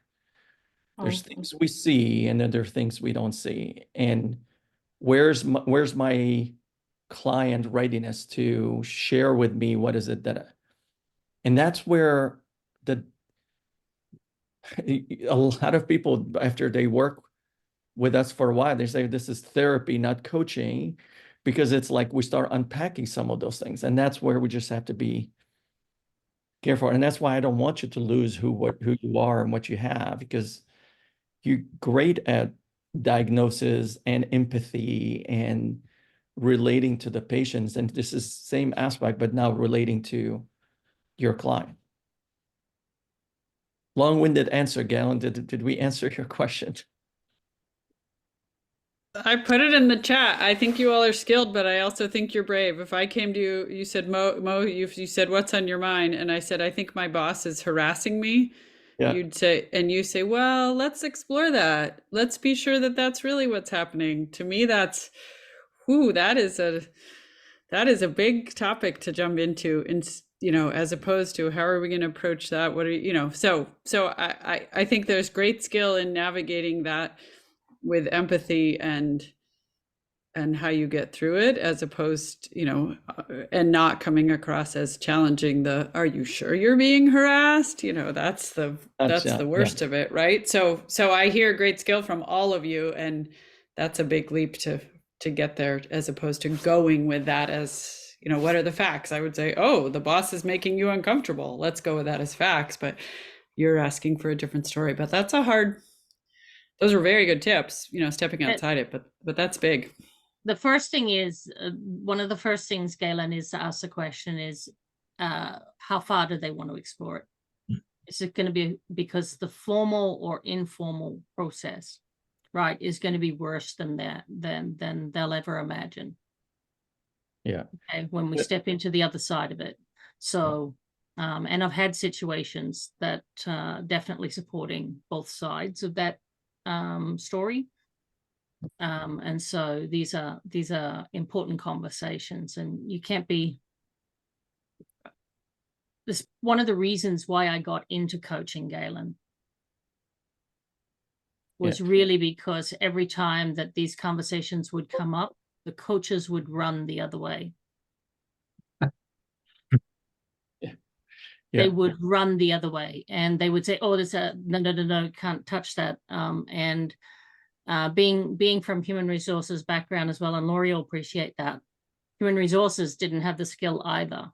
And so now bridging that gap for workplace restoration, right? What does that look like? We have people that are being accused of, people that are offenders, people that the organization don't want to get rid of, and they need to adjust. And We need to change behavior. So it really is about, there's something going on here. And I've even worked with employers that have done some very unethical things, like putting the offended in the same vehicle with the offender.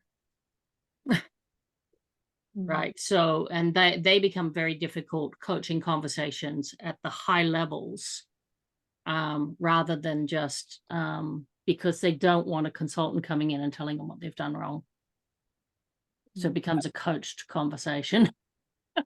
I will add before we close is that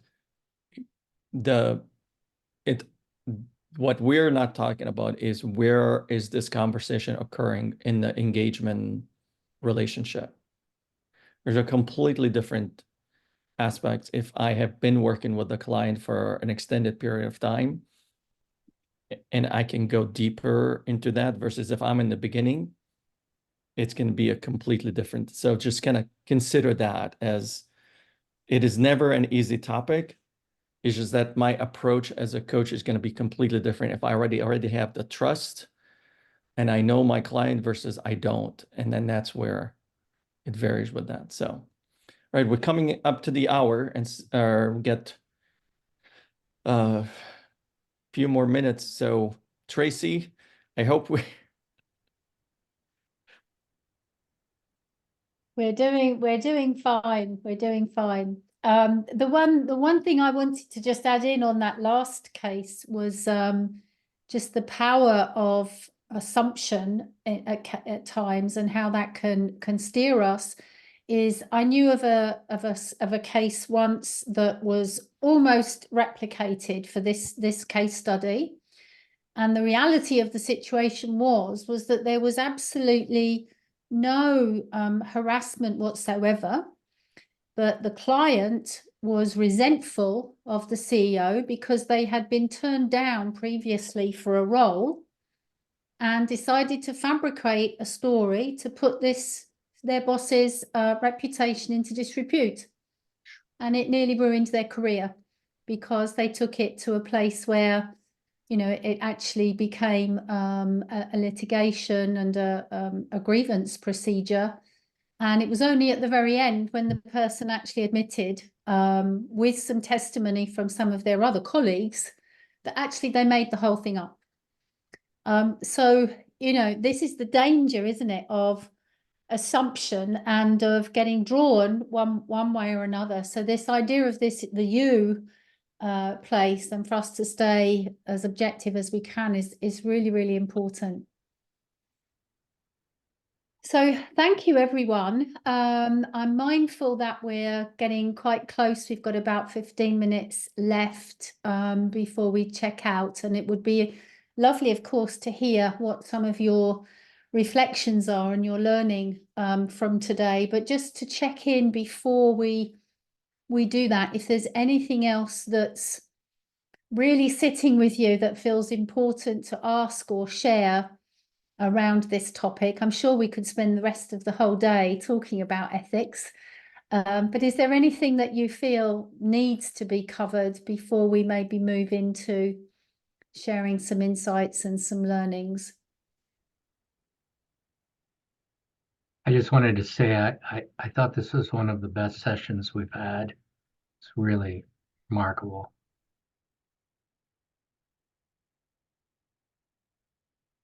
Well, thank you. Thank you, Dan. Danny. It's ethics is critically important, isn't it? It's so important, not just for reasons of integrity and professionalism, but actually around people's safety, their psychological safety, and also potentially their physical safety. But isn't it interesting as well? You know, so hopefully we've had some really interesting discussions today and have evoked some thoughts for you that perhaps you hadn't considered. So why don't we move into maybe a space for doing some checking out, and we'd love to hear, I guess, what it is that you're learning, but also more importantly than that, how is this learning useful to you? How might you use this learning? I'm trying to role model competency 8 now, which is how we integrate our learning into our practice. So when you leave today, what difference is this conversation or our conversations going to make to your actual coaching practice? We'd love to hear your thoughts by way of bringing this to a pause and checking out.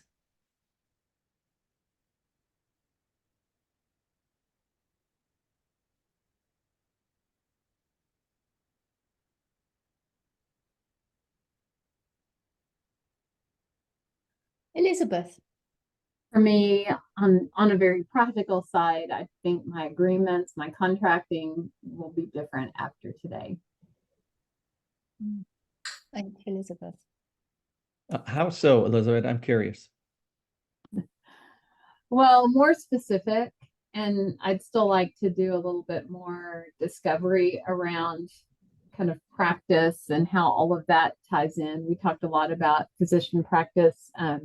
There is some element to nursing practice that I'm still interested in learning more about, but just being really clear about what I'm there to do and not do, and also just guardrails for myself to recognize as I'm being human and empathizing, not to cross lines I shouldn't cross. Nice. Thank you. Chris, let's hear from you. Yeah, I'd say for me, 3 things. One, in the past, I've been in some situations where leaders have asked me to coach their direct reports, and there's been some awkward situations. So I've learned a lot about this and how to handle those a little bit better. And the second would be around just continues to reinforce the being curious and listening, especially when we know there's often multiple sides of the story, not just our own and the clients, but other people's. And it's how important it is to try to get all the facts and before kind of rushing into a particular coaching approach. Thank you, Chris. Who wants to go next? I was really drawn to the concept of that psychological contract that you talked about, Tracy, and how that distance or feeling closer to one side, changes that the dynamic, and to really be aware of that and taking inventory of a situation like that. So that's definitely something I'll try to alongside with the checking the assumptions, right? Because that's kind of very closely related, but just that awareness was very helpful. Yeah. It's interesting what Mo was saying earlier about if we label someone with something, we start to treat them that way. And in the theory of beliefs, we talk about assumptions as being early theoretical beliefs. So they're untested beliefs. And if we don't challenge the assumptions, they can very, very quickly solidify into a belief. And then you're dealing with, another ball game. Thank you, Michaela. Who else would like to share? I can see a couple of things are being popped into the chat as well, so thank you for that. And Margie's also put the evaluation link and code in as well for all of you. Who else would like to share their thoughts by way of checking out? Raquel, let's hear from you. Thanks, Tracy. I really enjoyed the conversation today. And I think what stood out for me was that empathy triangle, and really just working hard as a coach to stay neutral. I think it's a space I can see myself getting caught up in. And so really working hard to put myself in that space. And then certainly I loved the conversation around the contracts, and particularly confidentiality, and being really explicit when we might need to break that. It's something I just sort of glossed over in my initial conversation. So just a highlight for me to go back and share back with my coachees that I'm learning. And here's a really important piece for both of us. So I'll take that challenge on. Wonderful. Thank you, Raquel. And then I think we have Josh and then Frank. I was jotting here in my journal that we don't take our other hats off when we have our coach hat on, or we don't take our physician suit of armor, I think it was described, off, but being clear in the moment about what role we're taking on as we're potentially recommending somebody seek medical advice more concretely, but then also, basically suppressing the advice giving urge or the problem solving urge when we're taking on that coaching position. And I think that has a lot of merit. I've seen that already in the 3 sessions I've done as a coach to a client, that really not problem solving for them is so beneficial for them. But there may be times where, again, where we're not recording it and it's not for our ICF certification submissions, where we might dance between our knowledge as a physician, our role potentially within the organization as a mentor, our role as a leader within the organization. And I think that nuance has helped me in my thinking about the future state of being a coach within my organization and a leader and a physician and a CMO and all of it. So this is a good conversation today. Thanks. Marvelous. Thank you, Josh. Frank, how about you? Yeah, thanks. I think that the content was great today. My biggest takeaway, though, is not the content, but the value that I got from the perspective that everyone brought to this conversation. And certainly Galen's comments, Leah's comments, Danny's comments, Raquel's comments, so many people changed my perspective and gave me a little bit different clarity and way of looking at things. So my takeaway is, well, I've got to make sure I've got a good network of colleagues and fellow coaches moving forward to bounce those ideas off of and to have those conversations, because it was really helpful. Marvelous. Thank you, Frank. Who else would like to share what's coming out of today for you? We haven't heard from Amanda. So as I'm kind of just reflecting on the conversation today, I keep coming back to like, what am I rationalizing in this conversation, and tied into like, what assumptions am I making?